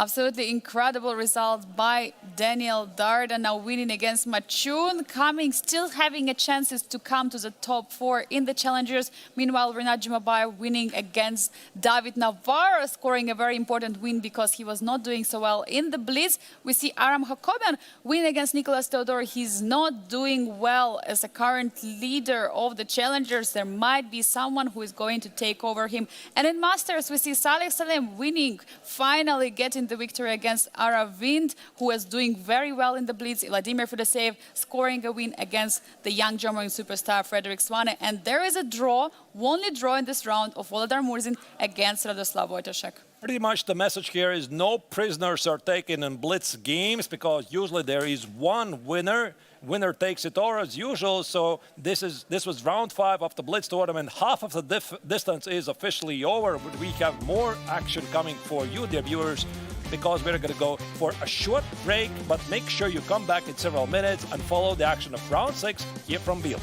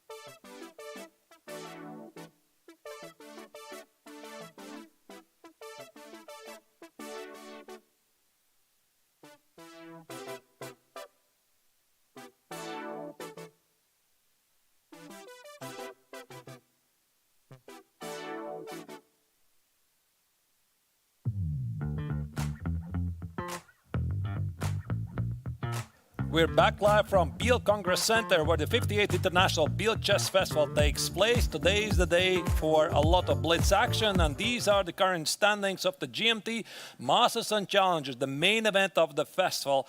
Salek Salem once again is the leader of the overall rankings. He is leading the tournament together with Vladimir Fedoseev, but Aravind is only half a point behind him. In the meantime, Volodar Murzin is attempting to qualify for the final four. He's currently in the fourth place, but Wojtaszek is not so far behind. And look at that, Frederick Svanov is 9 points. It looks like for him it's not going to be enough because 5 more rounds, even if he scores 5 victories, he's going to be out. So we might securely say the Frederick Svanov is being eliminated. Meanwhile, in the challengers, Nicolas Theodorou is holding the lead, 1.5 points in front of Aram Hakoban. Meanwhile, Rinat Jumabayev having 14 points, but right behind him is Machun and David Navarro with 13 points. But look at that, Arthurs. Daniel Darda with 12.5 points, scoring win after win, currently having 4 out of 5 points. Yeah, that's an amazing comeback story. And here are the current pairings for the round 6. As you can see, the exciting action. Svanov versus Wojtaszek. Murzin takes on Salek Salem. Arvind against Fedoseev. Could be one of the most interesting games. In the meantime, in the challengers, Navarro is going to take on Daniel Darda, the leader of the Blitz tournament. Makun is going to play Aram Hakobin. Also, Aram has a very good run. And in the meantime, the overall ranking leader, Nicolas Theodorou, is facing Rinat Jumabayev. And we see the moves already on the board for both Nicolas and Rinat. The tournament, the Blitz tournament, is not going so well. So we're going to see a very critical matchup for this round. Both of the players want to score more points. So we have some Bogo Indian Queen's defense position here, and Black just played Bishop b4 and Bishop takes on d2. Typically, White takes with the Queen so that the Bishop can go on the long diagonal. No, Knight takes on d2 idea. All right. Yeah, it looks like this happened. So e3 is on the board, developing the bishop. But look, watch out for the g2 pawn. Potentially, it could be targeted by the bishop from b7. You cannot develop the bishop right now on d3. Do you want to play f3? Technically, you can. I mean, you can play Bishop d3, Rook g1, and sacrifice the pawn. Ooh, he's going for it. And exactly, this is what happens, Angelika. Nicolas is attempting to spicy up things. And by the way, he can still castle both ways. Yeah, Bishop b2 is on the board. Still unclear which game we're going to see, but for sure there will be a fight. We might see a short castle as well, but long castle would spicy up the position. Yeah, I mean, the c5 is a very nice move to remind White if you castle longside, there might be consequences. D takes on c5 is a good move for the Greek grandmaster because he opens up the bishop on b2, and as you can notice, Black doesn't have the darks with bishop. Yes, there is a bishop pair advantage for White in this position. Both players are blitzing out the moves very quickly. To remind dear viewers, for Nicolas, there is already a safe ticket into the finals, but it's Rinat Jumabayev who has to score a couple of wins, a couple of points in order to stay in the game, because right now he's on the 3rd place, but right behind him there is like a huge pack of the players. I mean, everyone literally could qualify. I mean, there's 4 people trying to take the last 2 remaining spots for the final 4 because Nicolas Theodorou and Hakobi, and they already essentially have booked their places, but Jumabayev, Machun, David Navarra, or the Blitz tournament leader Daniel Darda, all of them, they want to make it. They want to make it for sure, and Rook c8 has just been played. Queen e2, we see the short castle has happened, so Nicolas doesn't want to risk in this game, as we can see. Yeah, in the meantime, White does enjoy some space advantage. Also, the bishop pair. There goes the counterattack by the Kazakhstani grandmaster, d5. I think he just wants to improve the knight on f6 and see where it takes. Also, watch out for d takes on c takes on d5, bishop a6. Yeah, this looks very threatening, so Black has to make sure. That's why Black is taking on c4. Now we say approximately balanced position. Probably it's time for us to check out the game of Machun against Aram Hakobian, because there is a crazy action happening in that game. Look at this. Look at that. The White King is on d2. It's walking. So what's the material balance? 1 to 3-4, 1 to 3-4. Something is terribly wrong for the Chinese grandmaster. What happened? I mean, absolutely amazing. There could be some queen e3 checks, but you have to be sure, because once the king steps back, the bishop will attack a queen. But pawn on c4, I mean, the king looks in trouble. What is going on? This was some absolutely crazy action in the opening phase. Anyway, let's focus on what we have at hand here. Bishop a3, of course, white position is pretty dangerous with the king on d2 because normally this is not where you're supposed to keep your king. And I think that here Jacobian wants to find a way to open up the position. But for the moment, the rook on f8 is under attack. Has to be moved. We might see in this game that Aram Jacobian will try to eliminate in a way Machun, because if he's going to win for Machun, it's going to mean a disaster. He might go down to the 5th or 6th place. This is something unbelievable which might happen. This bishop e3 check, Angelika, was very smart check. You couldn't go to c2, it would be queen b3 checkmate, so black has a draw in the pocket. Of course, Jacobian is in no mood to make a draw here because he's currently running really hot in the Blitz tournament. Knight takes 6, he just sacrificed the exchange, Angelika, and the knight eventually is going to the d3 square.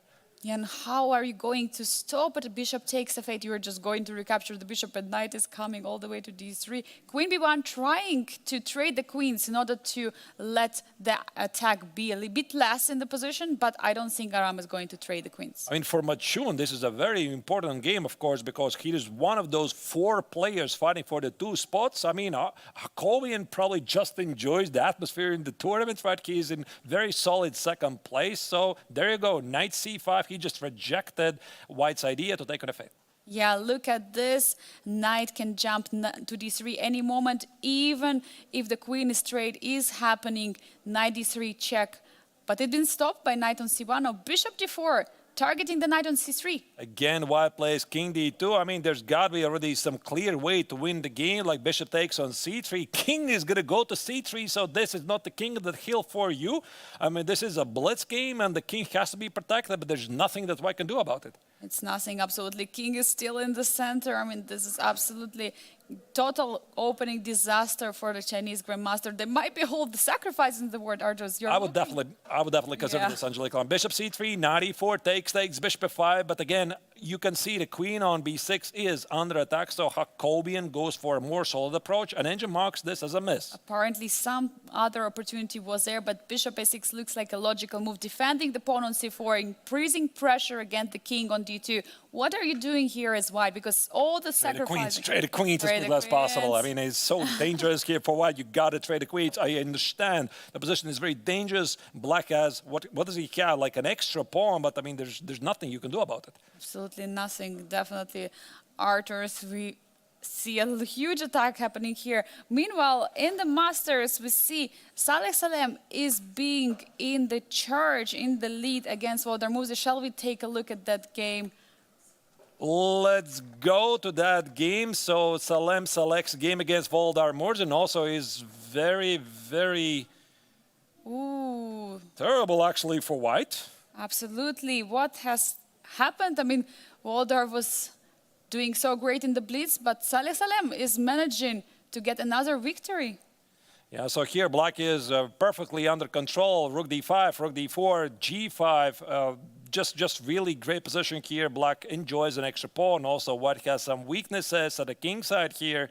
This should be technically winning, but of course you need to show the technique. And also notice the clock difference for both players. Black has almost 2 minutes on the clock and Merzen only 26 seconds. Yeah, he has very little time on the clock. There is an extra pawn on the king's side. Saleh Salem will be trying to convert this position, but the bishop might try to stop the knight. King f6 is played. These pawns are rolling forward. Rook d2. Black is just having all the fun in this position. I mean, knight e4, maybe in rook takes on f2 and knight e4. That's why he Merzen plays king f1, king e1. Yeah, it's probably for sure that rook a2 now trying to target the pawn on a3 and delivering some checks on a1. How do you stop it? By the way, Angelika, I'm seeing that going back to this game of Machun against Aram Jacobian, there's this absolutely crazy game. It's going to some totally uncertain position here. Let's switch back to this game because we would have thought that Jacobian is going to win his game. Now somehow white is better. How did this happen? Absolutely unbelievable. What is going on? I mean, the queen trade has happened. Suddenly, there is just an exchange for white. It's extra exchange, Arthurs. I mean, will white be able to convert it? Yeah, but I mean, black is, again, having a lot of activity here. There comes the rook, a knight, b3. Is that the mate, actually, Angelika? King b1? Ooh. Knight b3, that's a mate. Will we see a That's checkmate mate. on b2? There is a handshake, not allowing checkmate on the board. The Chinese What a miss. grabs the head. He just cannot believe it. Maybe let's switch to the game of David Navarre against Daniel Darda, because this is also a very, very critical game to qualify for the final four. Darda currently leads the Blitz tournament, and he's gaining more points with every minute. But look at this endgame. The rook on d6 is super active for white. And evaluation bar goes all the way up. Now king e4 trying to catch the pawn on e5. Will we see David scoring a first win against Daniel Darda? So the tournament leader could be going down. Absolutely it is. And for Daniel, it is going to be a disastrous because he for sure needs to keep scoring points. He's half a point behind David right now in the standings. Some trade is happening. Still not clear, Angelica. These rook-king games can be really tricky. I think White's going to go for the g-pawn at some point, like king g6 and g5. Here you go, the bar drops. No, White is good again. Yeah, rook e7. Now there is a problem on g7 suddenly. This extra c-pawn, it's very tough to stop it. Is a rook a8 Rook already? a8, yeah, that makes sense. You have to check it. I think it should be winning. And Navarre had like literally 5 seconds to make the decision. I think he's going to do it. Going for it. And just recalling how he was losing on the clock earlier. We see a handshake. Still one more game is ongoing. It's Murzin against Saleh Salem. Let's dive into that one. See if there is anything else happening. And we see that actually the game just finished. Saleh Salem won against Volodar Murzin. What a result. Yeah, and it looks like all of the games are officially finished. I mean, the action is totally crazy, changing at any minute. And also, of course, the, this game of Machun against Aram Jacobi, that was quite something, wasn't it? Yeah, absolutely. It was absolutely disastrous. And here we see the results of the round 6. We see the draw between Frederick Svane, who is not fighting anymore for top 4, against Radoslav Wojtaszek, who is still trying to get there. Volodar Murzin losing to Saleh Salem. Now Saleh Salem is securing his lead. And meanwhile, Vladimir Fedoseev is also the joint leader after beating Aravind, who had an incredible run in the Blitz. Meanwhile, in the challengers, David Navarre is taking down on Daniel Darda, who was leading the Blitz tournament, scoring this very important victory and securing his position. Meanwhile, Aram Hakobian trying to disqualify Machun from the final, scoring a victory, and Nicolas Teodoro plays a draw against Rinat Jumabayev, who don't have such a great tournament in the Blitz. Wow, yeah, this was quite something. I mean, the action is going on with very, very quick pace, and here we are seeing the current standings after 6 rounds in the Blitz tournament. Of course, 4 rounds still to be played, and we still have a shared lead in the Masters tournament. Salem Saleh is sharing the lead together with Vladimir Fedoseev. Aravind has lost his momentum. He's currently 1.5 points behind the tournament leader. Murzin is currently in the 4th place, but not yet safe to qualify for the final 4 because Wojtaszek is only 1 point behind. For Frederick Svane, it's already a game over. The tournament is going to finish today because he doesn't have any theoretical chance to qualify. Meanwhile, in the challengers, Nicolas Teodoro is still holding the lead, but only currently with 1 point in front of Aram Hakobian. Aram is doing so great in Blitz. He's trying to catch up and even overtake Nicolas. Meanwhile, this is a true thriller here. Rinat Jumabayev, 14.5 points. Half a point behind is David Navarre with 14 points. Machun, 13 points. And Daniel Dardas, 12.5 points. Every single player of this has a chance to still qualify. This is the big round now for all the challengers to get there in the top 4 places. And for Darda, of course, this is a setback, of course, right? It's very, very difficult to keep the winning ways, and he was doing really great with 4 points out of 5, and he is fighting for the final 4. Of course, 4 more games to go, and Angelica, I think we can expect that it's going to be totally thrilling final rounds. Absolutely, and someone told that Blitz is always some kind of luck. There is always a chaos happening, and winning the Blitz tournament is just either you were doing well, like did you wake up right, did you sleep well the other night, doing well. It's incredibly important mentally for the Blitz portion. We see so many surprising results. If I would ask you which was your game of the day so far, I mean, definitely some of the games, Angelica, stood out more than others. Definitely they have. I mean, the recent game, which was just played of Aram Hakobian against Machun, I mean, this is definitely complete craziness, but also the game of Murzin, where he missed against Aravind and forgot to play h6, and after basically a couple of moves, it was game over out of the opening for reigning rapid champion. So there are so many unpredictable results in the Blitz. All right, we have 4 more games to go, so dear viewers, don't go anywhere. We're going to make a very, very short break and be back after a couple of minutes with more action from the 58th International BLITZ Festival.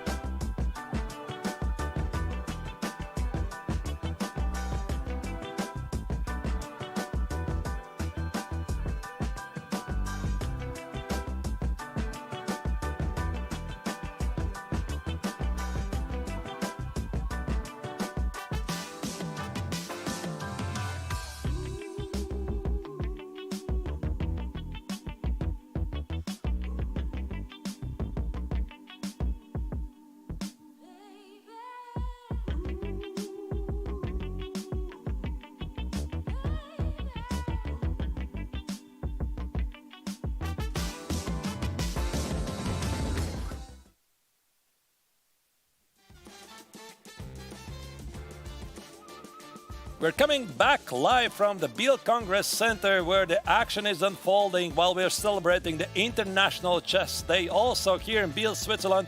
As you can see, these are the pairings for round 7 of the main event GMT Masters and Challengers. There's going to be some very huge matchups. For example, Aravind in the Masters is going to take on Frederick Svane. Vladimir Fedoseev is going to take on Voldar Murzin. In the meantime, Salek Salemi is going to play against Radoslav Wojtaszek. Yeah, and we see in the challengers, Nicolas Theodorou is going to have white pieces against David Navarro. Rinat Jumabayev will face Machun, and Aram Hakobian will face the current leader of the BLITZ, Daniel Darda, who is having 4 points. So more action coming, 4 more games, and I think all eyes are on who is going to make it to the top 4, because I think for the leaders, they have a bit more easier time because they're fighting for extra points for the triathlon. But for those who want to make it to top 4, for example, for Radoslav Wojtaszek, it's a very important fight. Also, of course, for Daniel Darda and Makun and Voldar Murzin and Rinat Jumabayev. As you can see, these are the current standings. So once again, to refresh your memory, dear viewers, after the BLITZ tournament is going to be finished, top 4 players from both Masters and Challengers, they're going to qualify for the final stage and more classical games. Yeah, we see in the Masters, Saleh Salem and Vladimir Fedoseev are in the joint lead with 20 points. Only 1.5 point behind them is Aravind, who is trying to get better and strike more in the BLITZ. Those are the 3 players who are, we can say, guaranteed to get in the finals. But what about Voldar Murzin and Radoslav Wojtaszek? This is going to be a big question here, because Voldar Murzin has 15.5 points and Radoslav Wojtaszek has 14.5 points, just 1 point behind. It's going to be a huge fight between these two to get the 4th and final place into the finals. And in the challengers? Yeah, in the challengers, as you can see, there's a very, very close race between the 2 leaders, and the huge race going for the final 2 places. I mean, for Daniel, the last round was a setback, Angelica, but I think everything can still change, even though I think for Daniel, it's going to be really difficult now to make it because it's only 4 rounds to go. But of course, everybody's fight until the very end. Absolutely. There has been a lot of fights in all these rounds. I mean, this is round number 7 already. So it means we have 4 more rounds to go. There is still chance for all the players to stay in the game. And we see that the players are already getting seated. Aravind with white pieces against Frederick Swane. For Frederick, the tournament is already over. But for Aravind, it's very important to score all these points because it will matter later in the finals. After the rest day, they're going to place against each other in the top 4 of the leaderboard. There's basically almost no rest for the players because every game is bum, bum, bum, one after another, 5-minute break, and you have to continue with the next game. And for some of the players, this is the hardest event because, again, the action continues very quickly, and it really depends. In which shape are you right now? For example, for Salem, usually he's really good at blitz, like we already mentioned this earlier. Last year's edition, he scored 9 points out of 10. In this year's edition, it's a bit more challenging for him, but it's still good. It's still good in comparison to Radoslav Wojtaszek, who is currently on the 5th place, right? 1 point behind of Volodar Murzin, which means this game right now, which we see on the screen against Saleh Salem, is going to be super important for Polish Grandmaster. Will he be able to strike with black pieces against current leader of the standings, Saleh Salem? And this is big question. And you can see, I mean, the Emirati Grandmaster is all smiles. He's getting ready for the game. But I was also very happy to see, Angelika, that even after the terrible start, 1 point out of 4, I could see him smile. And of course, he understands this is only a blitz event. He already has made it to the top 4. And yesterday in the interview, he said, after my question, which is your favorite event, is it the blitz? Because, of course, he's incredibly good in blitz. He said, actually, no, I think it's the classical chess. I was surprised. Yeah, he's joining it a lot, definitely, because he also scored 3 victories in the row. We see the handshake, by the way. The games start. We see 1d4 is on the board. Knight f6, what's going to be? Probably some Nimzov. Oh, I guessed it. A3, the trendy move. There you go. This is gonna be fun. This is going to be definitely fun. The white is getting the bishop pair, but bad pawn structure. Angelika, this is the repeat of the rapid, isn't it? Oh, yes. They already played it. They already played it. I mean, Saleh basically did it against Volodar Murzin. They repeat the openings. Here it's the same. So in blitz, he is trying to revisit what they already played in the rapid. If I'm not very bad with my memory, Angelique, I think that Wojtaszek won that game because Saleh's attack at the queen side did not work. And was it also that game where Wojtaszek castled the queen side? We might see something like this happening here as well. We might see it repeating in the blitz portion already, but both of the players, very, very important game. For sure, for Saleh Salem, it's already a safe ticket to the finals, but for Radoslav Wojtaszek is the game about the life or death here. He has to stay in the game, in the tournament. He says to survive, but look at this, Artus. Computer slightly prefers white here. Yeah, I mean, typically Angel likes this. I mean, space advantage to bishops, etc. And black is normally trying to organize the counterplay against the pawn on c4. And thanks to the evolution of modern chess engines say the pawn on c4, the viewers doesn't really matter because you can just give it up. And especially for a blitz game, then focus on a kingside attack. There you go. d5 is played. I think we might see knight a5 and potentially also bishop a6. Yeah, we might see it because the c4 pawn is a weakness in the white's position, but no, he goes knight e7. That's surprising. That's very much surprising. Where does the knight go?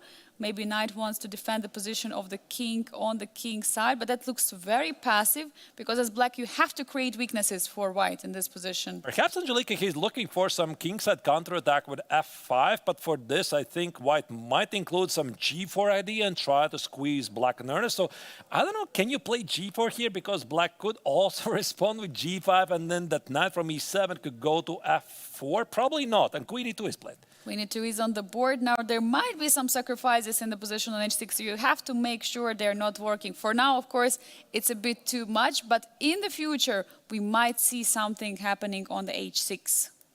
Yeah, so bishop takes on h6 is something that black needs to keep an eye on, and you don't really have the time to calculate things. You want to make sure it doesn't happen. So I would say king h7 looks reasonable. No, knight g6 is the move here. Also, Angelique, I think that white might be thinking about some g3 f4 ideas or maybe g4 g5 ideas. Anyway, one thing is clear. White is going to focus on the king side. Definitely they are, and knights are there ready to defend. Now knight goes to h7. We might see this f5 break. Will we, Arturs? Yeah, it makes sense because black's knight h7, I think it signals exactly that. So here Wojciech is looking for some counterplay, and now the question is how Saleh is going to meet it. He has a couple of ways to do it. He can play either g4 or queen c2, and yeah, queen c2 basically stops it. Queen c2 is on the board, not going too far, not marching forward with the pawns just yet. f5 is not in the picture, so king h8, the prophylactical move has been played. What is it prophylaxis against, Arturs? Oh, I don't know, just bring king a bit further away from the sin. And here comes the queen, queen h4. I think g3 is a good move for white just in case to prepare the f4 push. And I really like this last move, Angelika, rook f2, because this also means that white will slide the queen side rooks over to g1 and then look for ways to open up the king side. Yeah, we definitely are going to see attack on the both side. Meanwhile, the queen on h5 almost doesn't have any squares to go. It's looking like it's almost trapped. You have to make sure that it's not getting trapped, but f5 is indeed... f5 is the big idea, and here Saleh has to decide what's he gonna do. Is he gonna allow it? Because also not always this f5 really favors black, because white could just take it and in some lines gain control of the e4 square, or instead you play f4 but watch out for the weakened light squares. Maybe Saleh's position is not really that great.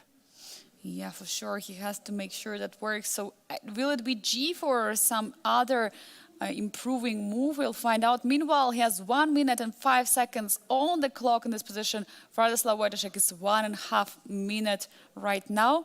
Will we see g4? No, he goes for rook a to f1. It, of course, makes perfect sense. I think he's anticipating f5, and maybe in some lines he wants to play f4, counter-attack, and that's why the rooks here nicely stand. But there goes Wojciech. He doesn't play f5, he plays knight g5 instead, because what white might want to change in his position is the weakness on h3. So watch out for knight h3, and then possibly f5, and white might not have the f4 push. Might be no time for that. Knights are very aggressively looking at the king side position of white. I'm even not sure who is attacking whom right now, because queen on c2 is not helping at all in the defense. 30 seconds here. I mean, for white, the position is not really so easy to play, and I think here Wojciech is slowly but carefully trying to take over the game because he is the one who has the easier move. So g4 was a very big responsible decision, and the engine doesn't like it, but it makes sense.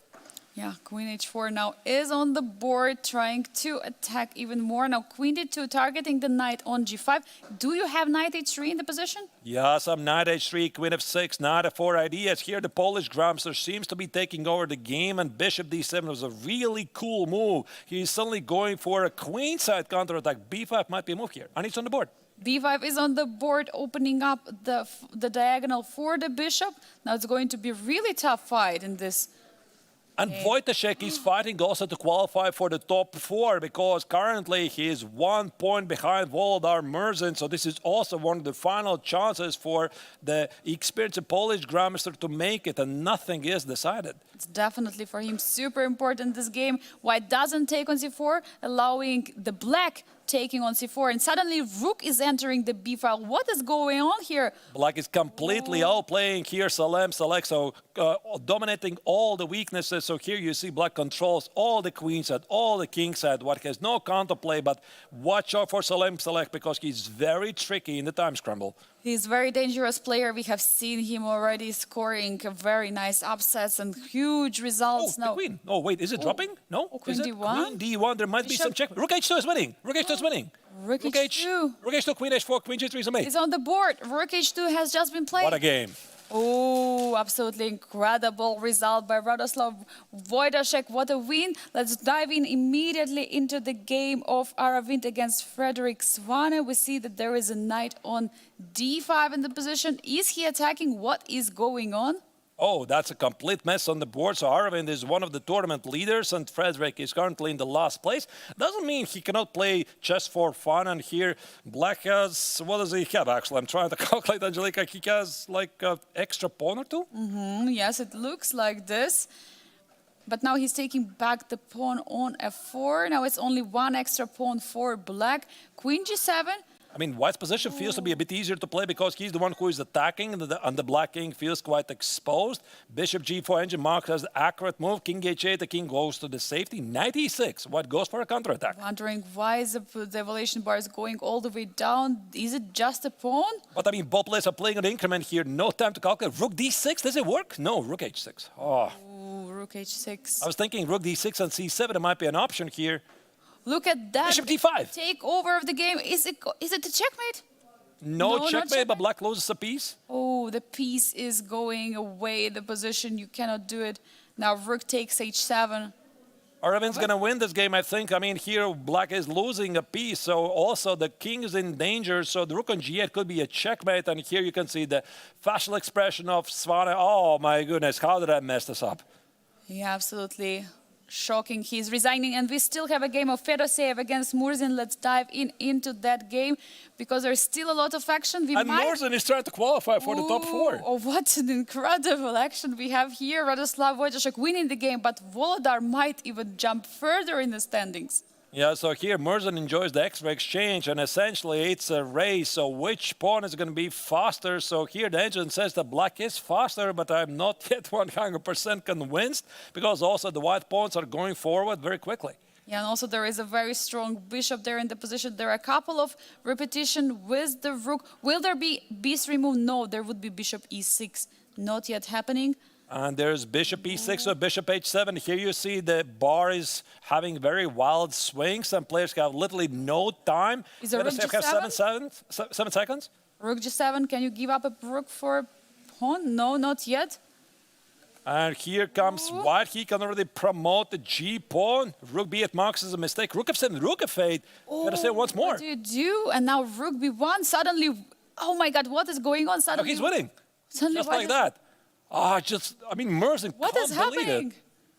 it. I mean, look at this. Black pawns are not going anywhere. The bishop is holding it. The bishop is incredible piece in the position and just holding those pawns. Rook e7, final try to take the bishop, but now rook c8 check. Can still change everything. So here the game can end either way. So there comes another pawn. I think now Fedoseev has got this. I mean, he's very fast with his pawns, and Murzin should realize it's lost and he resigns. And we still have one more game in Challengers ongoing. Rinat Jumabayev against Machun. Let's dive in immediately there. We still see the moves. Both players under increment. This is also the fight for the top 4 because there's essentially 4 players fighting for 2 spots in the event. So white has an extra pawn, but the white king is also feeling somehow awkward. I'm not sure, Angelique. I think I would play this position from the black's perspective, just because if I get to the pawn on f2, might be just winning for black. It looks like this, and rook a4, and I'm defending the bishop. Now, there is an extra pawn in the position, but there could be ideas of the checkmate in the position. You have to always calculate, because rook c1, if there is no bishop, it would be a checkmate. Rook takes on d7. Wait a second, how do you stop the checkmate? Rook f1. Watch out for this rook f1. I'm playing for the win here. I mean, I'm still down a pawn, but I'm playing for the win, and that's why white played rook c2. But there's rook e1, rook e2 threat. And there is no way to play a move with a king. You have to move the rook. King is entering the position. Now, king c4. I think he's going to figure it out. I mean, okay, first he's going to position the king somewhere safe, and rook e1, rook e2 is unstoppable threat. We're seeing really wild swings by the engineer here. I mean, literally on seconds, it's impossible to calculate all of this. Definitely it is not, but this idea of bringing the king or rook e1, rook e2 is there for black, even though black is down a pawn. What an incredible position. Machun needs the victory. He needs the victory here because he's 1.5 points behind Rinat Jumabayev. So this for him is an incredibly important game to make it to the top 4. So now rook f1 targeting the pawn, and it looks like it's... It looks like he's winning now. Can he just move away the rook and push the pawn forward? Yeah, I think now he should be winning. Rook f1, rook a1. Rook f1. And just push? Yeah, but there's so many ideas. There's so many ideas. Like also you want to include a king. Yeah, king e3, rook d1. I think he's going to do it. He is going to do it. Yeah, rook a1, now rook d1 and f2 pawn would march forward. But there is h pawn. That's a very, very big loss, of course, also for Jumabayev, because he's also fighting very hard for the place in top 4. There goes the rook. White's pawns go nowhere. And I think we're going to see resignation in a second. There it goes. Incredible result by Chinese Grandmaster, scoring super important victory for overall standings. And this was the last game of round 7. let's check the current results of the round number 7 because all the games have been decisive. As you can see, literally, I'm trying to calculate. I wanted to say all the white wins. No, black is winning a couple of games as well. Anyway, Arvind won his game against Fredrik Svane. This crazy game we're following. Fedoseev escaped a certain death in his game against Voldar Murzin, managed to turn losing position into a winning one. Select Salem lost another game against Radoslav Wojtaszek, so Wojtaszek keeps his chances for the top 4 alive. In the meantime, Niklas Teodorov finally scored a very important victory to keep the lead in the tournament against David Navara. Rinat Jumavar just lost a critical game to fight for the top 4. And also, Aram Hakobian is chasing the leader Teodorov by winning Daniel Darda. And for Darda, this looks pretty bad. Yeah, it does look pretty bad, but in the overall standings, look at this. In the Masters, we see Vladimir Fedoseev is taking the sole lead with 1 point in front of Saleh Salem. Meanwhile, Aravind is half a point behind of Salem with just 19.5 points, but 4th and 5th place, absolute thriller here, Radoslav Wojtaszek and Volodar Murzin are both with 15.5 points. Who is going to qualify for the finals? The final rounds of Blitz are going to be crucial for both of these players. And what's going on in the challengers? Yeah, in the challengers here you can see Niklas still keeps the lead by 1 point over Aram Hakobian, and for Hakobian this is also pretty good news before the start of the Classical at the Final Four. In the meantime, the race for the Final Four is getting really close. I mean, I think that it's pretty safe to say that for Daniel Darda it's going to be very difficult to make it, but Rinat Jumabayev, Makun and David Navara, they're within half a point. They're 3 players, but only 2. They're going to make it to top 4. Absolutely unbelievable action here in the Blitz tournament, Arturs. I am just on the edge of my seat. I'm looking forward for even more. Yeah, and also, by the way, just to refresh our memory, speaking about Radoslav, he is sharing this current standings together with Murzin, but he won chess 960. And I know, sometimes, Angelika, the players, they're like, yeah, chess 960, you never really know. It's like for fun, and then we have a very long distance. But here we are.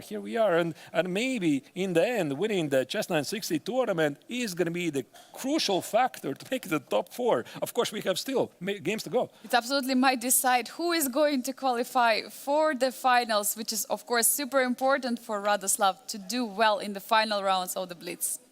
Yeah, so in the meantime, we have more games to go. So let's check the current pairings for the round number 8. So 3 more games to go. So this is the Masters section. Fredrik Svane is playing against Alex Salem. Radoslav Wojtaszek is facing Vladimir Fedoseev for Radoslav. Again, this is going to be very critical game. The same applies for Voldar Murzin, who is playing against Arvind. I think these 2 players, Angelika, they're going to check each other, how you're doing, and it's going to be a very close race. Definitely. In the challengers, we see that David Navara is going to face with white pieces against Aram Hakobian, current leader of the Blitz portion. He's trying to take over Nicolas Teodorov in the standings. Meanwhile, Daniel Darda is still trying to catch up. Most likely will not be enough, but for Rinat, absolutely, it's very important game against Daniel Darda to stay in the top 5. But Machun is still not giving up, so he's facing against Nicolas Teodorov with white pieces, and he's also trying his best to still keep his scoring to go into the finals. All right. Now, these are the current standings, and we have 3 more games to go. So I think it's pretty safe to say that in the Masters tournament, Fedoseev, Salem Saleh, and Arvind, they have made it, so we can see them in the Final Four. But who is going to make it? Is it going to be Radoslav Wojtaszek, or is it going to be Voldar Murzin? Angelika, how are you feeling? Who is going to make it? I feel it's completely for Radoslav Wojtaszek as a winner of the 2020 edition of the Grandmaster Triathlon, but doesn't feel like he was doing so well, although he just won his recent game. Voldar Murzin, on the other hand, is a reigning rapid champion. It's such a tough pick. I would go with experience. I would go with Radoslav Wojtaszek. Let's see. Yeah, I mean, Wojtaszek probably has slightly better cards at the moment, but I think I'm going to go with Merzen, right? I'm going to keep with the younger guns. Might, of course, still go either way. And then we have the challengers where Nicholas Theodorou is leading the tournament with only 1 point difference. By the way, Jacobian has managed to decrease the tournament leader's advantage just to 1 point. And Rinat Jumabayev is currently in the third place.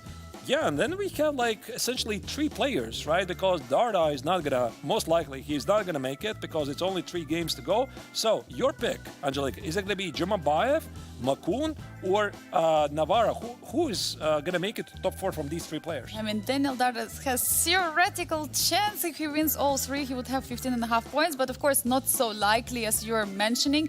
And out of these 3 players, 2 of them have to qualify.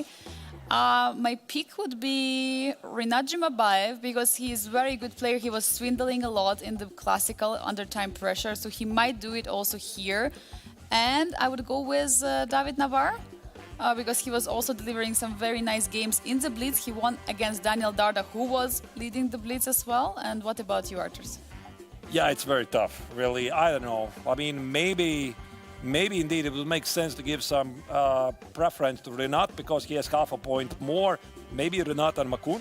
Like, that would be my guess, but it could definitely go either way. Yeah, and can go completely different, and maybe Daniel will still qualify. Theoretically, there is a chance for that, but we will definitely see. And who is going to qualify for the board? We see, by the way, Murzin is seated at the board with white pieces against Aravin. They're on the boards right now. Yeah, they're getting ready for the game. I suggest that we follow the game of Makun against Niklas Theodorou because this is a leader fight. I mean, Niklas is still the leader. Makun is also one of the players who's going to try to make it. We haven't really seen him a lot, of course. I mean, it's very tough for us to choose which game to follow, so let's stick with this one, see how it goes, and if it's not super pooper exciting, then of course we reserve the right to switch to somebody else. Yeah, absolutely, because we still have this huge drama happening in the Grandmaster Triathlon. Who is going to qualify for the finals? It's all about it today. Who is going to go home tomorrow and who is going to stay and fight it out in the 3 final rounds? We see the handshake, and Machun is starting against Nicholas Theodorou. Meanwhile, we see all the rest of the games. And the moves are incoming with blazing speed, of course. This is, of course, where you don't want to waste any second. You can get some extra time. Oh, F5. This is the Yanish counterattack, I believe, in the game of the lower right corner, Makun against Nicholas Theodorou. We wanted to follow this game, and I think we made the right call. Yeah, absolutely, we did. Look at this on a take on D4 has happened, E5. I think this is considered to be a pretty dubious choice, but there might be some opening trends here. I think it's very dangerous for the tournament leader to play something like this because even if you misplay this, White is the one who controls the initiative here. Apparently some miss with a castle because there is a knight A5 going for the bishop on B3. Will Black be able to get the bishop pair in the position? That's the question. Also, watch out for the C5, C4. Might be an idea. I mean, if you grab the pawn on D4, C5 might be the threat to attack whatever stands on D4, and then after C4, the cage could close and the bishop on B3 would be lost. Of course, I mean, White could sacrifice this, so that's why here White is thinking. White is taking time in this position. You cannot take it on D4 with both the queen and the knight. There's also bishop G8. You can ruin the castle. There you go, bishop G8 marks as a mistake. I mean, not maybe a mistake, a missed opportunity, but looks perfectly reasonable to me. Getting back the pawn. Now F5 pawn is under attack. Meanwhile, Black is preparing the long castle, playing queen E7, but knight F5 take. Can it happen? Yeah, but look at the clock, Angelika. 3 minutes and 6 seconds. Nicholas Theodorou is in the prep. He has more time than he started with. Meanwhile, Makun has under 2 minutes on the clock. Knight F5 is on the board. Will we see queen F5? I think this is still the prep. I mean, apparently Nicholas definitely knows this to some extent. So you don't randomly play queen E7, give up the pawn on F5, and then castle the long side. So I think he knows he was bluffing, and it looks like his bluff paid off. Absolutely, it does, because look at the clock situation. This is definitely what you want to play on in the Blitz. The time is everything here, and even with having the good position, you might still blunder due to the clock situation. Long castle is on the board. That's why, I mean, some players, they have their blitz repertoires. They don't play exactly the same. They're playing a classical, even the rapid. And if you have many of these testing lines, they're kind of dubious according to the chess engine, but the opponent has to know the precise reputations. You can bluff a lot. And of course, for example, like I think I even saw on chess, there's some blitz repertoires courses being out there. Yeah, absolutely. And we see 1 minute, 16 seconds only for Machun in this game. Nicolas Dorador, meanwhile, has enormous time advantage, and A4 apparently is a mistake. Not clear why. Okay, B4 trying to close the situation on the queen side, not to create any attack. Yeah, I mean, here White is trying to open up the queen side. Of course, I wouldn't really go so much into this engine's evaluation. So, of course, that's why Black played B4, trying to close things and keep the atmosphere at the queen side civil. In the same time, Black should do finally something at the king side. I mean, you have those pawns with G7 and H7. I think you want to push them forward and try to expose the white king. Yes, it does, and White is trying to defend. Bishop is redeveloping. The bishop also looking at the queen side. At some moment, there might be some attack with those bishop. Yeah, but here Black simply has an extra 1 minute on the clock, and the king feels somehow safer. What I'm trying to understand what Black should do, there's the answer. H5 is on the board. Queen takes on H5. Oh, he just blundered a piece on E4. Oh my God, the piece on A4 isn't a queen take. Unbelievable. You just look at the expression of Makur. He just cannot believe himself what he just did. What has just happened? I mean, he's just blundering a piece. Oh. I mean, the hand sometimes does the work instead of the brain. So I think this is what he did. He saw a pawn, grabbed it, and I think he was expecting the Black is going to have some sort of a counterattack at the H file. But actually, what he forgot was the knight on E4. Arturs, what do you do in such situation? You're just resigning, or you keep on fighting, Arturs? Of course, you keep fighting because there's no going back for Makun, because he's in a very, very close race trying to qualify for the Final Four. Even though the position looks pretty grim, you got to fight it out. Meanwhile, Daniel Darda against Rinat Jumabayev are fighting it out for the final spot in the challengers. Shall we take a look at that game? I already did.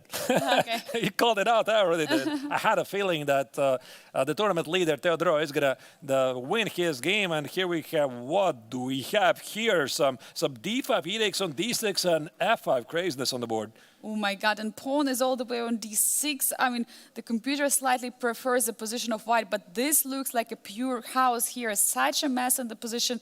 What, can you take a pawn? Can you? Knight D4 is on the board. All the pieces are hanging. For Daniel, this is the last, perhaps, theoretical chance, because Jumabayev is 2 points ahead of him. And Jumabayev is right now in the third place. Daniel Darda is in the last place, but there's only 2 points between them with 3 rounds to go. There's a fork on C2, by the way. Ooh, the rook is hanging on A3. Was it missed, or it was part of a plan? Yeah, it's really hard to follow, to be honest. It looks like White has sacrificed. I think it was a sacrifice exchange, and he's the one who has all the fun. The bar says that the position is somehow level, but what matters is Black is down the last 25 seconds in a very sharp position. Meanwhile, Daniel has 1 minute on the clock. He has been doing well at the start of the blitz. Then he messed up. 20 seconds, by the way, for Rinat Jumabayev. He has to make a move. He cannot find it. How do you continue the development?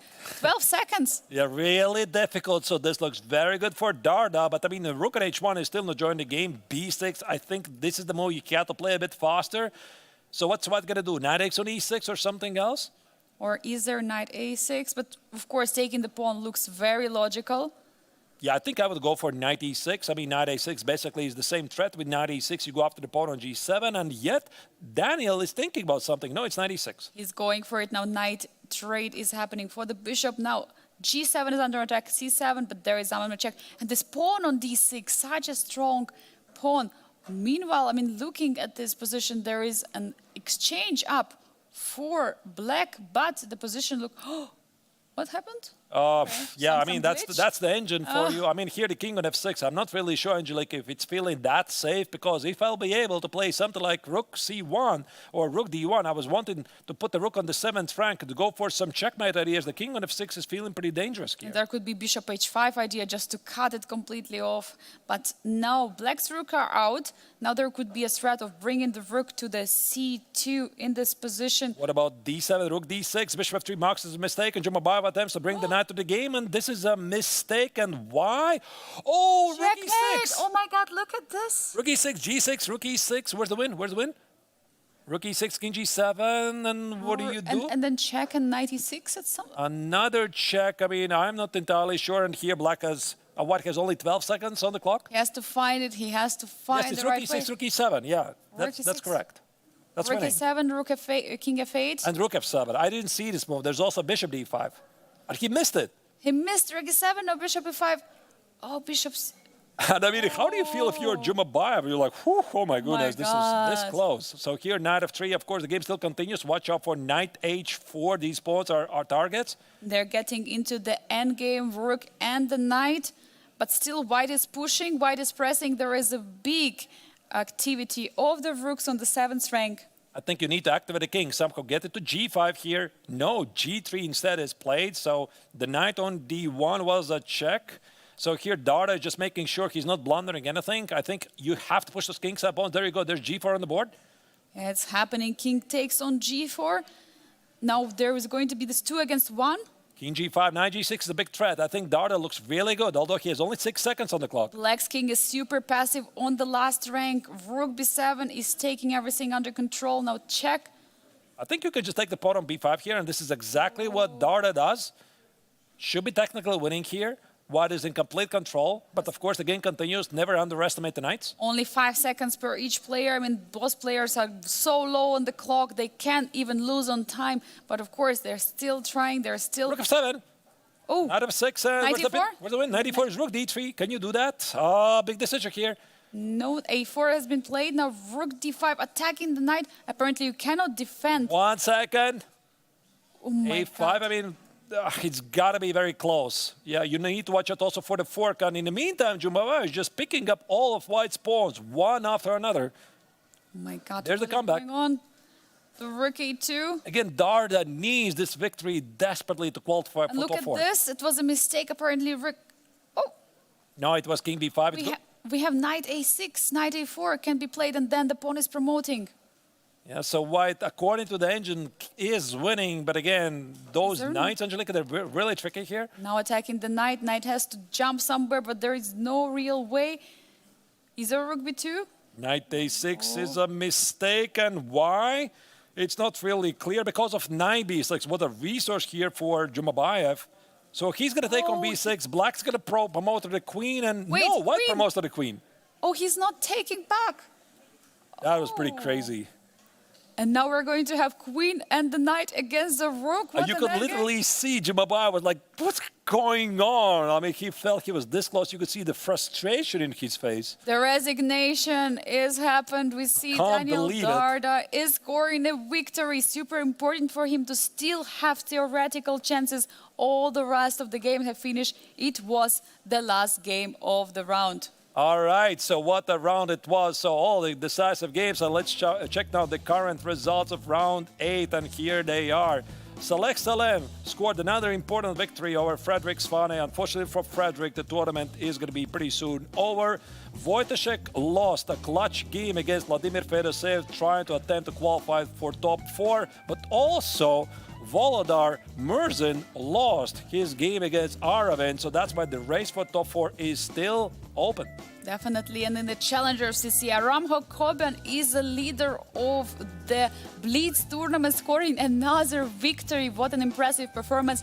Daniel Dardazo not giving up on his chances into qualifying into finals, so winning against Rinat Jumabayev. But meanwhile, Makun is losing to the current leader, Nicolas Theodorou, and we see that this round has major implication on the overall standings, Arthurs. Here they are. Fedoseev is the new leader once again, 1 point ahead of Select Stalem, and then we have Aravind, who is 20.5 points. In the meantime, the race for the final 4 is wide open because Wojciech and Voldar Murzin share the same place, but Wojciech has the better tiebreak because he did win the Chess 960 tournament. And in the Challengers, we see that still Nicolas Theodor is leading with 1 point in front of Aram Hakoban, but Aram Hakoban having incredible BLITZ tournament. He's right behind him.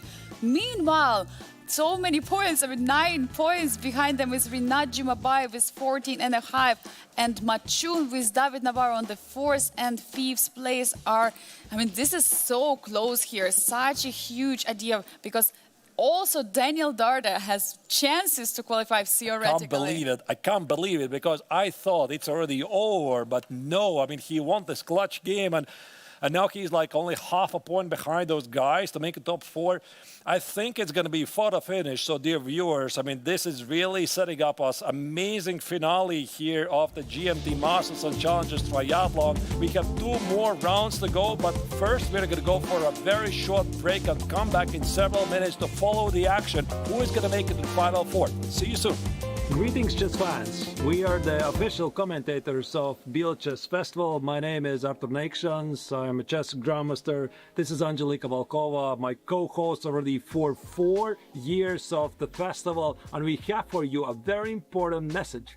Yeah, we're here in Biel, but the question is if we're going to come next year, and it could depend on you, dear viewers. The goal is to achieve €10,000 donation from our Tippy campaign. You probably have seen. What is this Tippy button right there on the streams? This is our donation campaign. So if you are enjoying our coverage, if you like us as your hosts, and most importantly, you would like to see us coming back next year, we would really, really appreciate that you would donate something for the campaign. And we're going to reach the goal. You will have this opportunity of having free entrance to all the tournaments at the Biel Chess Festival and also hotel accommodation. Artis, I hope we're going to get some donation, because I'm really looking forward for the next edition, and I would like to be here commentating with you. So do I. Being here for 4 years in a row, we make a really great team, so please make it happen.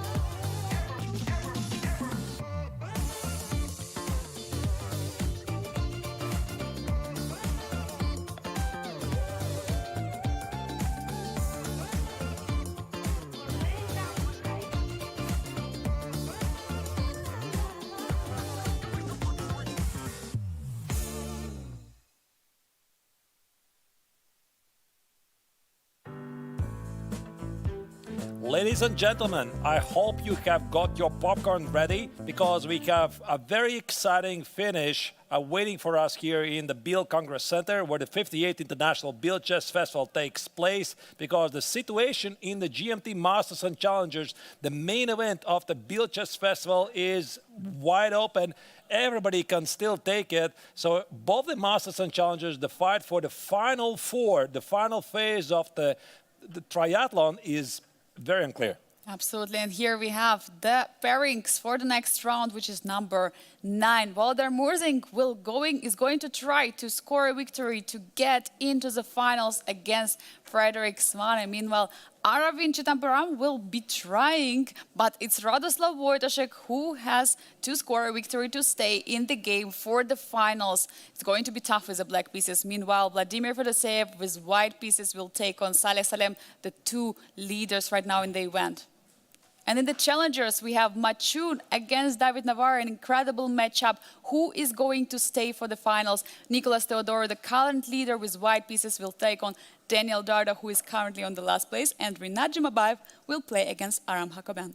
So the games are about to start, and you can see everybody is getting really concentrated for those final games. I mean, for the tournament leaders, like for Aram, here things are a bit easier because they have already made it, no much stress. But for the remaining players, like for example for Rinat, we just saw him, things are somehow different. Yeah, they are very difficult right now in this BLITZ tournament. We see that some of the players are doing better, some of the players are doing worse. We've seen that Aram Hakobian was doing incredibly well, trying to get up to the Nicolas Theodore. Meanwhile, we see in the background that the players are getting seated also for the Masters tournament. Here in Biel, we have many tournaments happening at the same time with the Grandmaster Triathlon BLITZ. We also have the open section, so we see the players getting ready for the round number 9. So mostly we are going to focus, of course, on the players who are going to make it to the top 4. Once again, to refresh your memory, Wojtaszek and Murzin right now are fighting out. Who is going to be the one who is going to make it to the final 4? The first 3 places, Fedoseev, Saleh Salem, and Aravind already have made it. We don't know the order, how they're going to do it. In the meantime, in the challengers, 2 players are certain, Nicolas Theodore and Aram Hakobian. They can play pretty relaxed, but Rinat Jumabayev, Machoon, David Navarre, and once again, Daniel Darda, they're fighting out for those 2 spots in the final 4. Yeah, big question's going to be who is going to qualify for the finals. All the players right now think about from this bottom of the rankings is what are going to be this round and how are they will be able to get there. All the players will try to score as many points as possible. Meanwhile, we'll see Nicolas Theodore was getting seated there. And meanwhile, now Aravind is getting ready to face Radoslav. For Radoslav, it's a crucial round here. Yeah, incredibly important game here for him. And let's start with the overview of all the games. As you can see, once again, a very familiar sight. The moves are played very quickly. Some players play Sicilian, some play anti-Sicilian, some play D4, and some just play the Berlin. Arturs, I suggest we go into the game of Aravind against Radoslav Wojtaszek. It's a game which is very important for the Polish Grandmaster because he wants to try to stay in the game, try to stay for the finals of the Grandmaster Triathlon. Here we go. Wojtaszek with the black color. Aravind in a great shape. C5 was just played. I think it's some sort of... I'm not sure what actually is this, some Nimzo or Zuckertot. Feels like some Zuckertot. Doesn't really matter anyway. I mean, here White is going for some easy king set attack. Typically, it suggests that White wants to play knight e5 and a4. There you go, knight e5 is on the board. Instantly played. Now the question is, will Black take on e5 or not? Because the pawn on e5 is going to separate the position in 2 halves in this case. Yeah, so here... Wojtaszek has to make up the choice. What's he going to do with the knight? Rook c8, really cool move. I like that. So maybe he's thinking about some ideas at some point to grab on c5 and play c4, c3. So I would expect here White to play something like queen e2. No, queen f3 instead. All right, that's interesting. What an aggressive choice by the Grandmaster from India, Aravind. We see that queen is ready to go on the king side. We will see attack there. Will we see queen h3, knight f3? Yeah, there's definitely some ideas here. The queen on h3 promises White some easy initiative, and the engine, as usual, says this is nothing special. That's why, I mean, I really love BLITZ, Angelika, because you can play on BLITZ some easy-to-play systems that engines normally say they're not really that great. Definitely they are, and in the blitz it's so tough to find those precise moves, so we are seeing a lot of blunders, a lot of decisive results. As we were mentioning earlier rounds, all the rounds, a couple of rounds before, they were all decisive results. I mean, this is absolutely incredible. Yeah, I mean, this 97 9G6 is a very famous maneuver from Black's perspective. I have played this myself against a Nimzo, so feels to be quite familiar. And I'm trying to recall what was the core idea here. I think it was some sort of a queen c7 and knight d4 at the right time. So you need to target the pawn on c2. So maybe it was rook c7, rook c8, and then target the pawn on c2. In the meantime, I think here the Indian Grandmaster's plan is pretty clear. You have to go for a kingside attack. And Black has to say something, has to prepare something. Meanwhile, 2 minutes for Aravind and 2 minutes 20 seconds for Radoslav Wojtaszek. Is a pawn hanging? That's a big question. I think it is. I think this is something you have to address. So if you are going to go for the kingside attack, what about the pawn on a3? Do you sacrifice it? Do you keep it alive? There you go. There's the answer. f4 is played. Bishop takes on a3 is a possibility, but I think White will just take on a3, play rook a1, and reclaim the lost pawn on a7. Yeah, that's definitely would be possible in the position. Ardus, I don't know if I can suggest, but the Nicolas Theodorou game against Daniel Dard, I mean, there is some explosive action there. The pawns are being pushed. Shall we take a look at that game of the challengers? Let's go. Let's go. I mean, look at this. It's really tough to choose, but this is, we have 4 pawns here at the kingside, d4, e4, f4, g4. So Nicolas here is definitely showing his intentions at the kingside. Yes, definitely it is. Look at this. We have the current leader of the challengers against the last place in the challengers section, Daniel Darda, but he's still having the hope, and g5 pushing forward apparently was not the best move. I think the problem is the pawn on g5, because now Black is threatened to take on f4 and collect the pawn on g5 here, so I'm not sure what the engine doesn't like it, because I'm seeing also something like h4 must be something very concrete here. Yeah, knight e3 fork, by the way, is a threat. Ooh, there is a fork. Just an update, there has been first result a draw, Rinat Jimabayev against Araham Kabayan. That could be very important for the overall rankings later, but we are going to definitely follow this game. That was a very big decision by Big Rinat, one. because I'm not sure that draw is a good result, but though, I mean, he is playing against one of the stronger players in the Challengers tournament. Who knows? Who knows that's going to continue, because Daniel Darda is keep on scoring the points, and now he has a better position against current leader Nicolas Theodorou.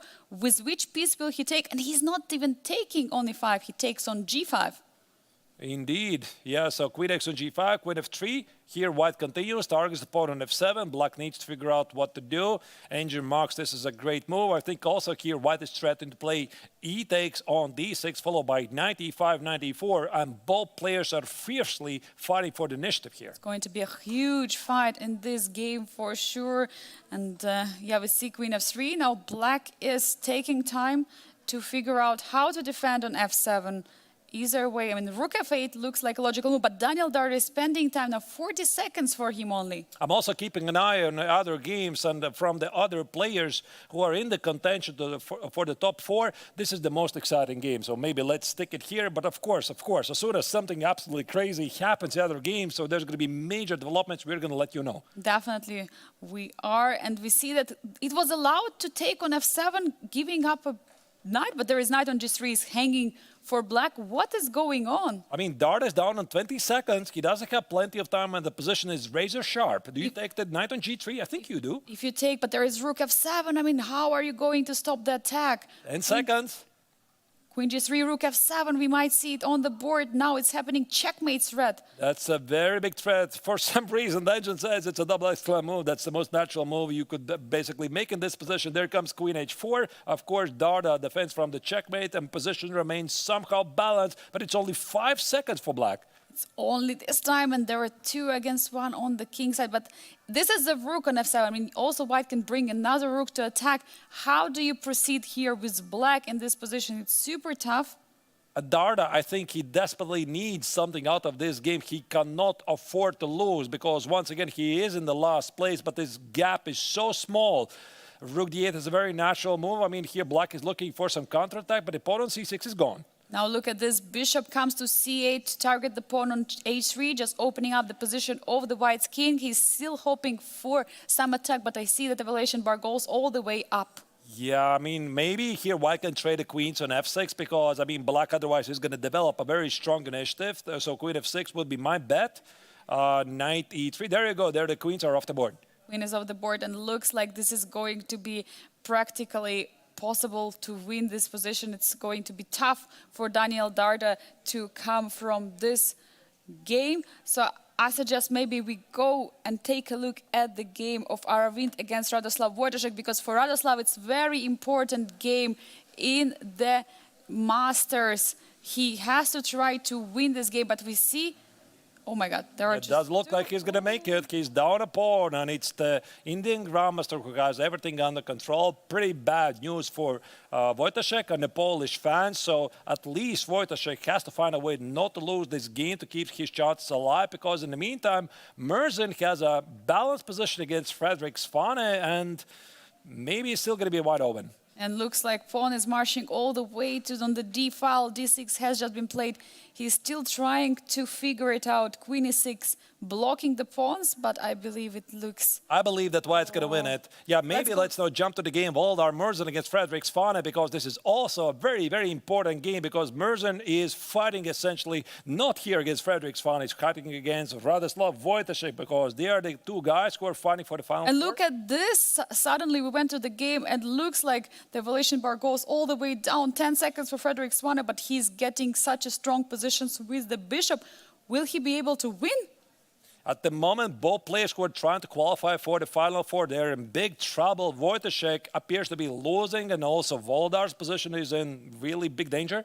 Huge danger right now. Will we see Frederick Svane, who already was disqualified, so to say, from the final tournament? Will he be able to eliminate Volodar Murzin with himself?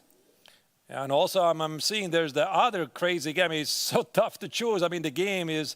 in the meantime, by the way, there's an update. Yeah, Aravind just won his game against Wojtaszek. Wojtaszek just lost his game. But anyway, what I wanted to mention, Makun against David Tavara is also a very critical game, fighting for the top four. So maybe one more final time, let's switch to that game and see what is happening there, because this is also a fight for survival. It's absolutely very important fight for both of the players. It looks like the position is balanced. What has just happened? Okay, there was a blunder. I think he oh missed. My God! Made in one. Made in one.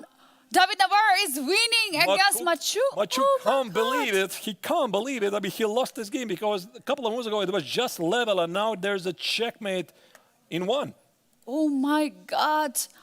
Absolutely heartbreaking moment for Machu, losing the piece the game before against Nicolas Teodoro, just blundering like this checkmate. And we still have one game ongoing, Volodar Murzin against Frederick Svane. Volodar is still trying. Yeah, I don't think that Murzin is aware that Wojtaszek lost. Normally, I mean, I'm telling this from my experience, when you're playing a blitz game, even though you're a very close race to somebody, you just don't know. You're like 100%, 200% in your game. So here Murzin is trying to stay alive, but by the looks of it, it does look realistic. And he resigns. He resigns. We have the final result of the round number 9 right now. Did you see the look? Did you see the look? Murzin immediately checked the results. And he saw that Wojtaszek lost. So he's like probably relieved. Okay, I'm still good. I still have a chance. And actually, both of them, they're losing 2 last rounds. Arturs, let's take a look at the results from the round number 9, because we see that Wojtaszek and Murzin lost in this round. Meanwhile, Saleh Salem is taking on the Vladimir Fedoseev, winning and trying to catch up with him in the leaders. Meanwhile, in the challengers, David Navarra with an unbelievable checkmate against Machun. What an incredible turnaround in the challengers. Nicolas Teodoro, the current leader, scoring the victory against the last place Daniel Darda, for whom it might be already the tournament over. And Rinat Jimabayev plays a short draw against Aram Hakoben. Maybe it was a good choice, maybe not. We don't know. So let's check the current standings, but dear viewers, there's something I just noticed. In the next round pairings, we're going to show you there's something amazing coming up, because you can see Wojtaszek and Volodar Murzin, they have the same amount of points, but they're going to play against each other in the final round. So this is going to be a fight for the qualification for the Final Four. Wojtaszek has the better tiebreak. He's playing with white, but this means for Murzin all in. So he has to win with the black color. I mean, all the top 3 players from the Masters section already have made it. And in the meantime, in the Challengers tournament, as you can see, the leaders are pretty much in the clear. But there's going to be 2 very critical games. Daniel Darda is going to play against Makun. And in the meantime, David Navarra is going to play against Rinat Jumabayev. Rinat Jumabayev. So these games, they're going to decide everything. Oh, absolutely. And if the game of Rinat Jumabayev against David Navarro will finish in a draw, it might say goodbye to Machun because he will not be able even to get to them. I mean, this is absolutely a crucial round for everyone. We might see a lot of changes right here in the final rounds. I mean, Arthurs, I'm super excited. Yeah, I mean, absolutely here. I'm just enjoying this pure cinema from the best seats in the playing venue. So who is going to make it? Is it going to be Wojtaszek or Volodar Murzin? Or in the meantime, from those 4 players in the Challengers tournament, who is going to make it to the top 4? Dear viewers, you're going to have to see it yourself live from Biel Chess Festival because we're going to go for a very short break, but be back in a couple of minutes to finish this absolutely epic Blitz tournament.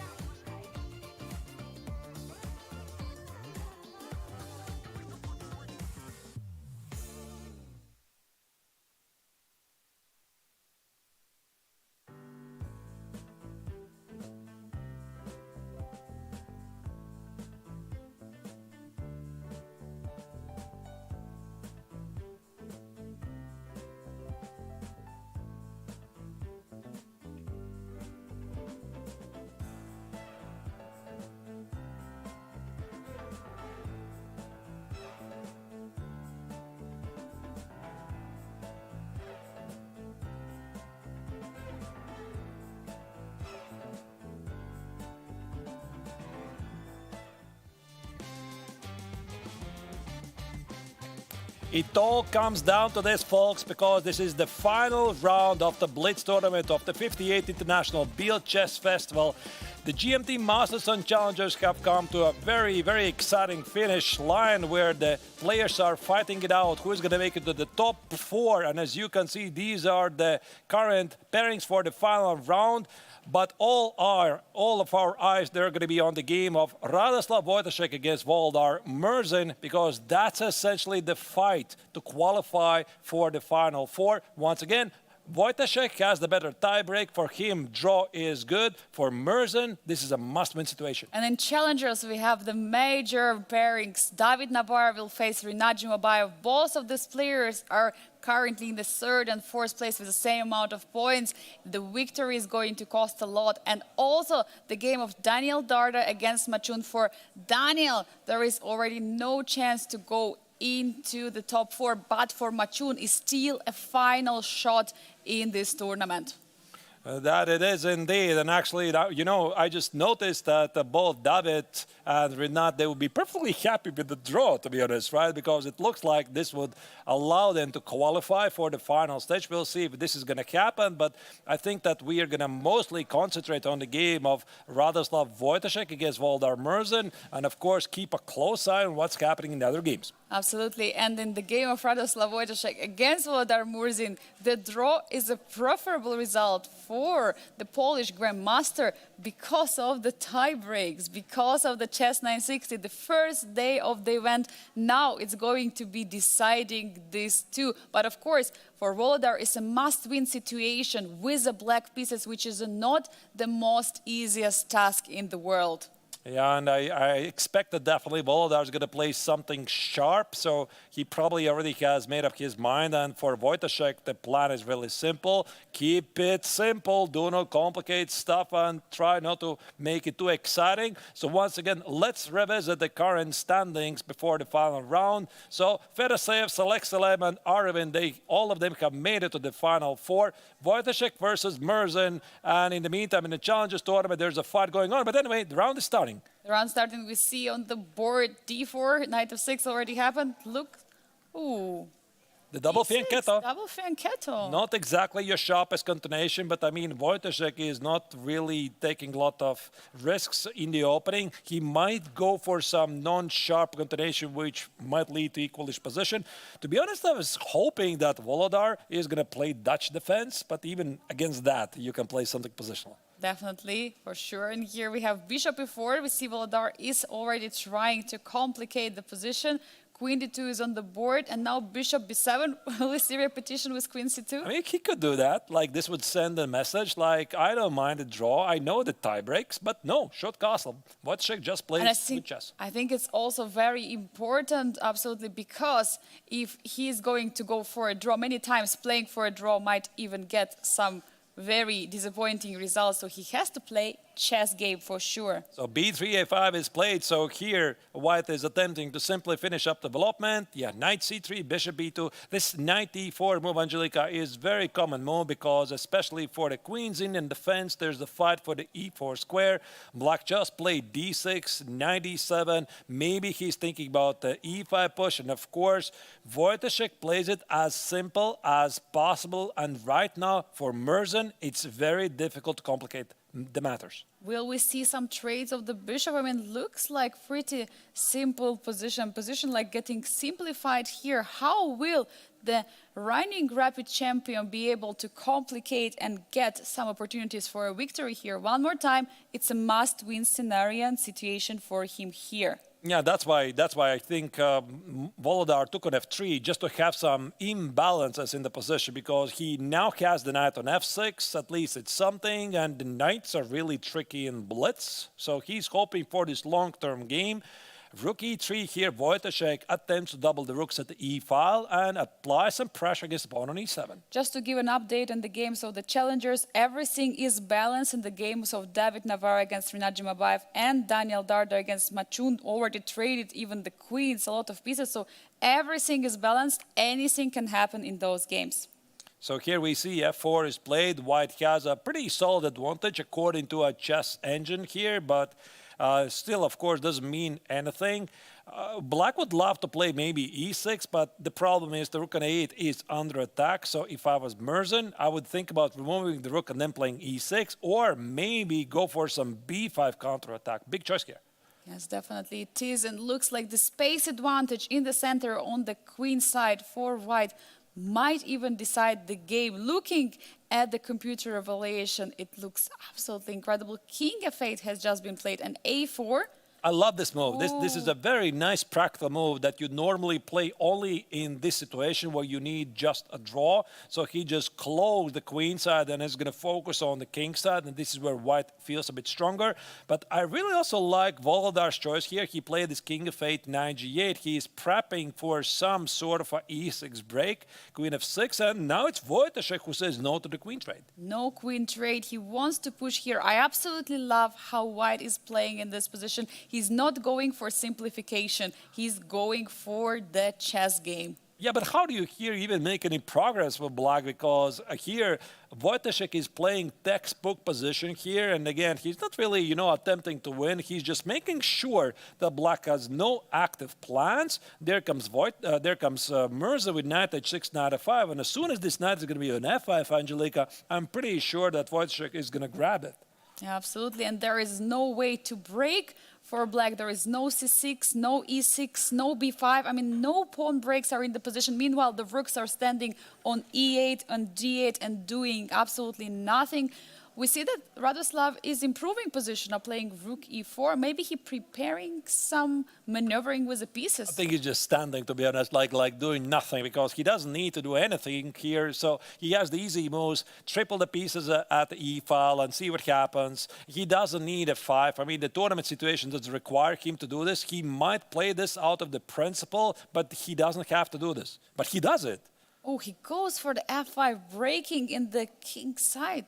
I am not sure I like that. I think it was not really necessary, but I mean, probably Radoslav is a very principled player. Now here, Mirza might have a shot, because he could be thinking about some future ideas to play knight f6, kite the king on h8, play rook g8, and this bishop on h3 for white is not really looking that great, because so many pawns are on the color of the bishop. Giving you an update from the challengers, there is a slightly comfortable position for Daniel Darda against Machun. We might see Daniel eliminating Machun from the challengers, because if Machun is losing, then we are going for sure to have David Navarro and Rinat Jimabayev winning the spots in the finals. Meanwhile, David Navarro against Rinat Jimabayev, still everything is very balanced with some complicated position. Yeah, but there's again some developments here in this game. Merzen is striking back, and that's why I said I did not like this f5, because this gave black some counterplay.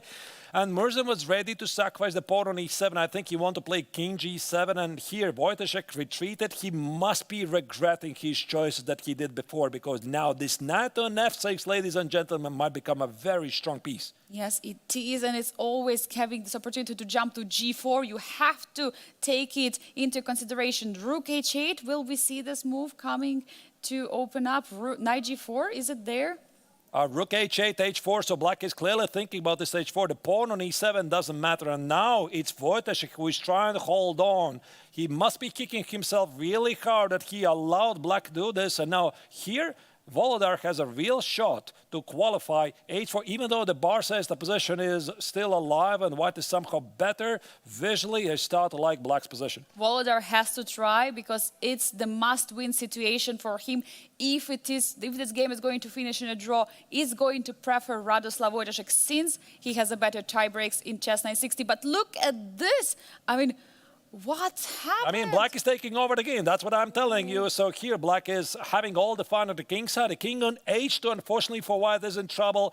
And black's position keeps getting better and better. Watch out for the bishop at h3 being pinned. And also Radoslav is getting lower on the clock now. With only 40 seconds, he has to make some tough decisions in this position. He's offering the queen trade, but now it may be already too late for that. This knight is going to be very strong, and Wojciech might regret now including this a4 earlier in the game, because the black knight is controlling all the dark squares.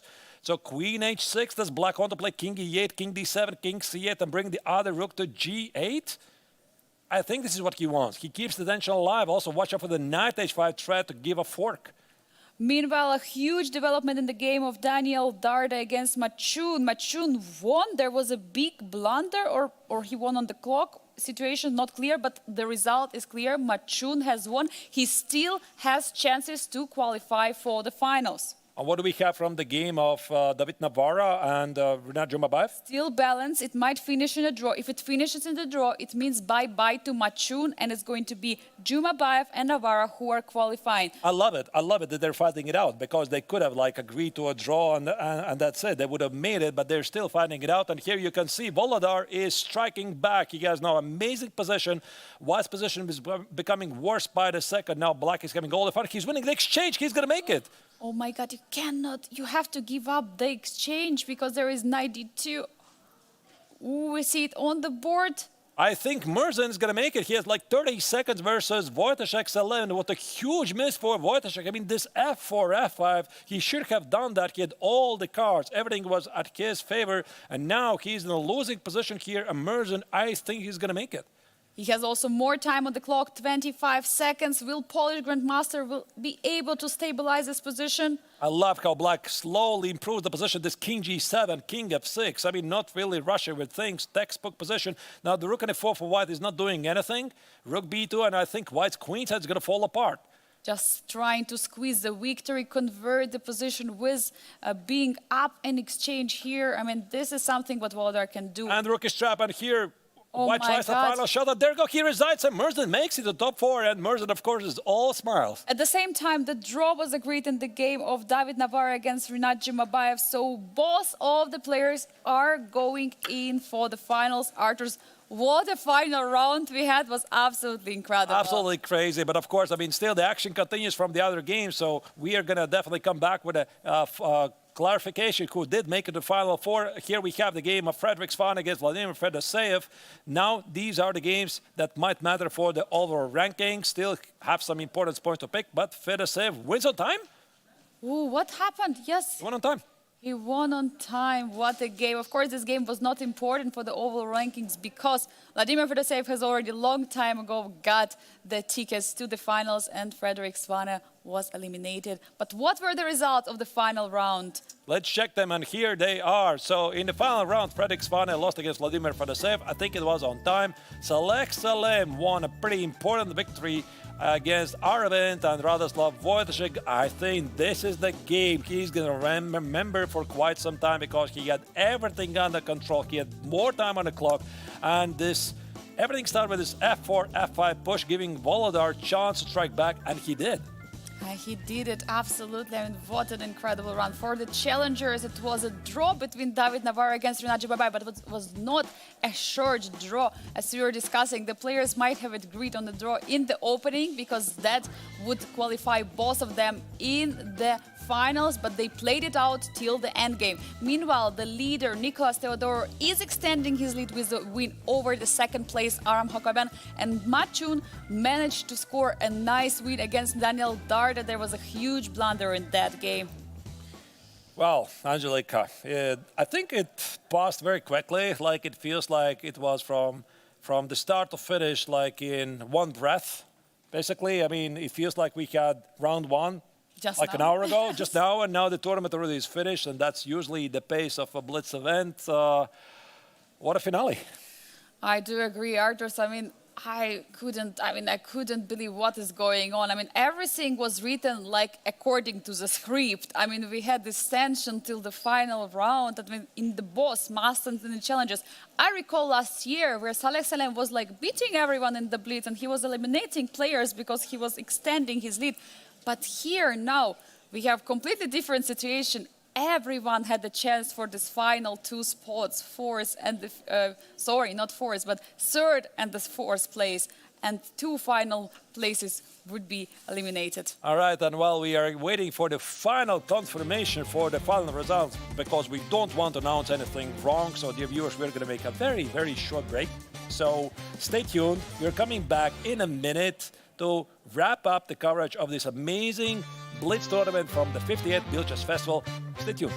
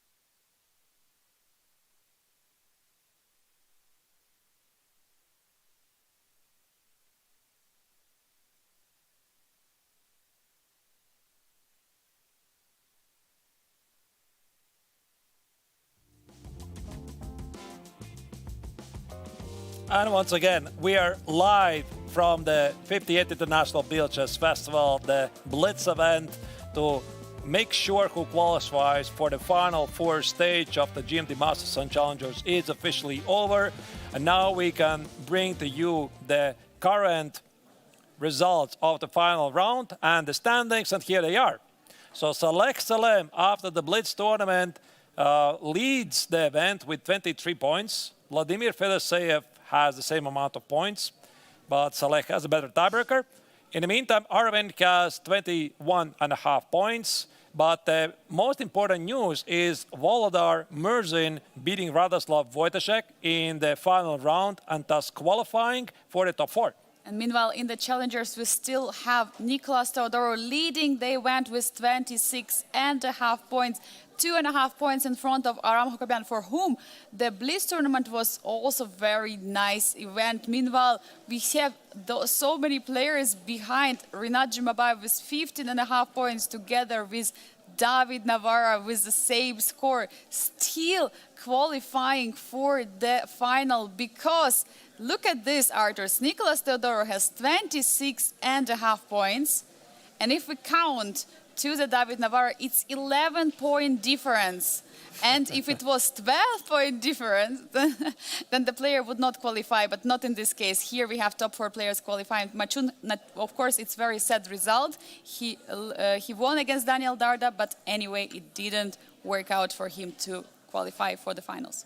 Yeah, I mean, it was absolutely a thrill to follow Angelika, and I would like to join the list of people who congratulate the players who made it this far, and also for those who did not make it. I believe it was really a great run for all of them. Fun to spend the time in Biel, because playing this triathlon, I think, for the players, it's got to mean something special. Of course, I also feel a bit for Radoslav. He was this close to make it, but I'm pretty sure that he's going to keep the spirits at the positive levels and keep coming back at Biel, because it's just great atmosphere. Of course, and for players who didn't qualify, now they have some extra days to enjoy Biel and maybe also join us for some coverage of the event. So I'm looking forward to those guests in the studio. So Angelika, maybe what's your highlight of today?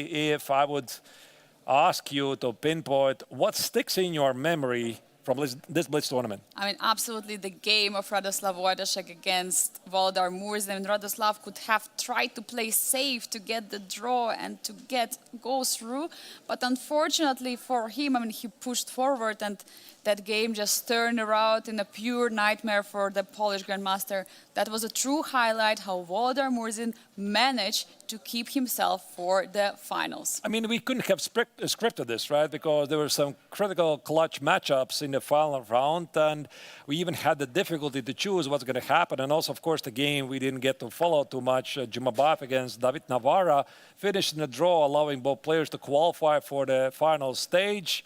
It was really fun. You know, I enjoy this, but we have still something more going on. Absolutely. Tomorrow we have a rest day, so the players are going to take the breath after this BLITZ tournament. I'm sure I would need a rest day after such an eventful day and not talking about the players. And after that, we're going to have what we were waiting for the whole event, this final part where the players are going to play against each other with the different colors than they played in the classical portions. I'm so much looking for that. Indeed, so am I. So who is going to do it? Who is going to take down the year 2025 Masters and Challengers Triathlon, dear viewers? You're going to have to find it out yourself after the rest day, because tomorrow we are not going to be here. As Angelika already said, the defending champion is out, so Radoslav Wojtaszek will not be able to defend his 20th title. Also, Lim Lei is not here, the last year's three-time winner of the event. So it's going to be a new champion here in Biel. So thank you again for watching. Once again, in case you missed it, a happy International Chess Day to all of you. But we're saying goodbye to you, and we're waiting for you to come join us for the official broadcast in one day. See you soon.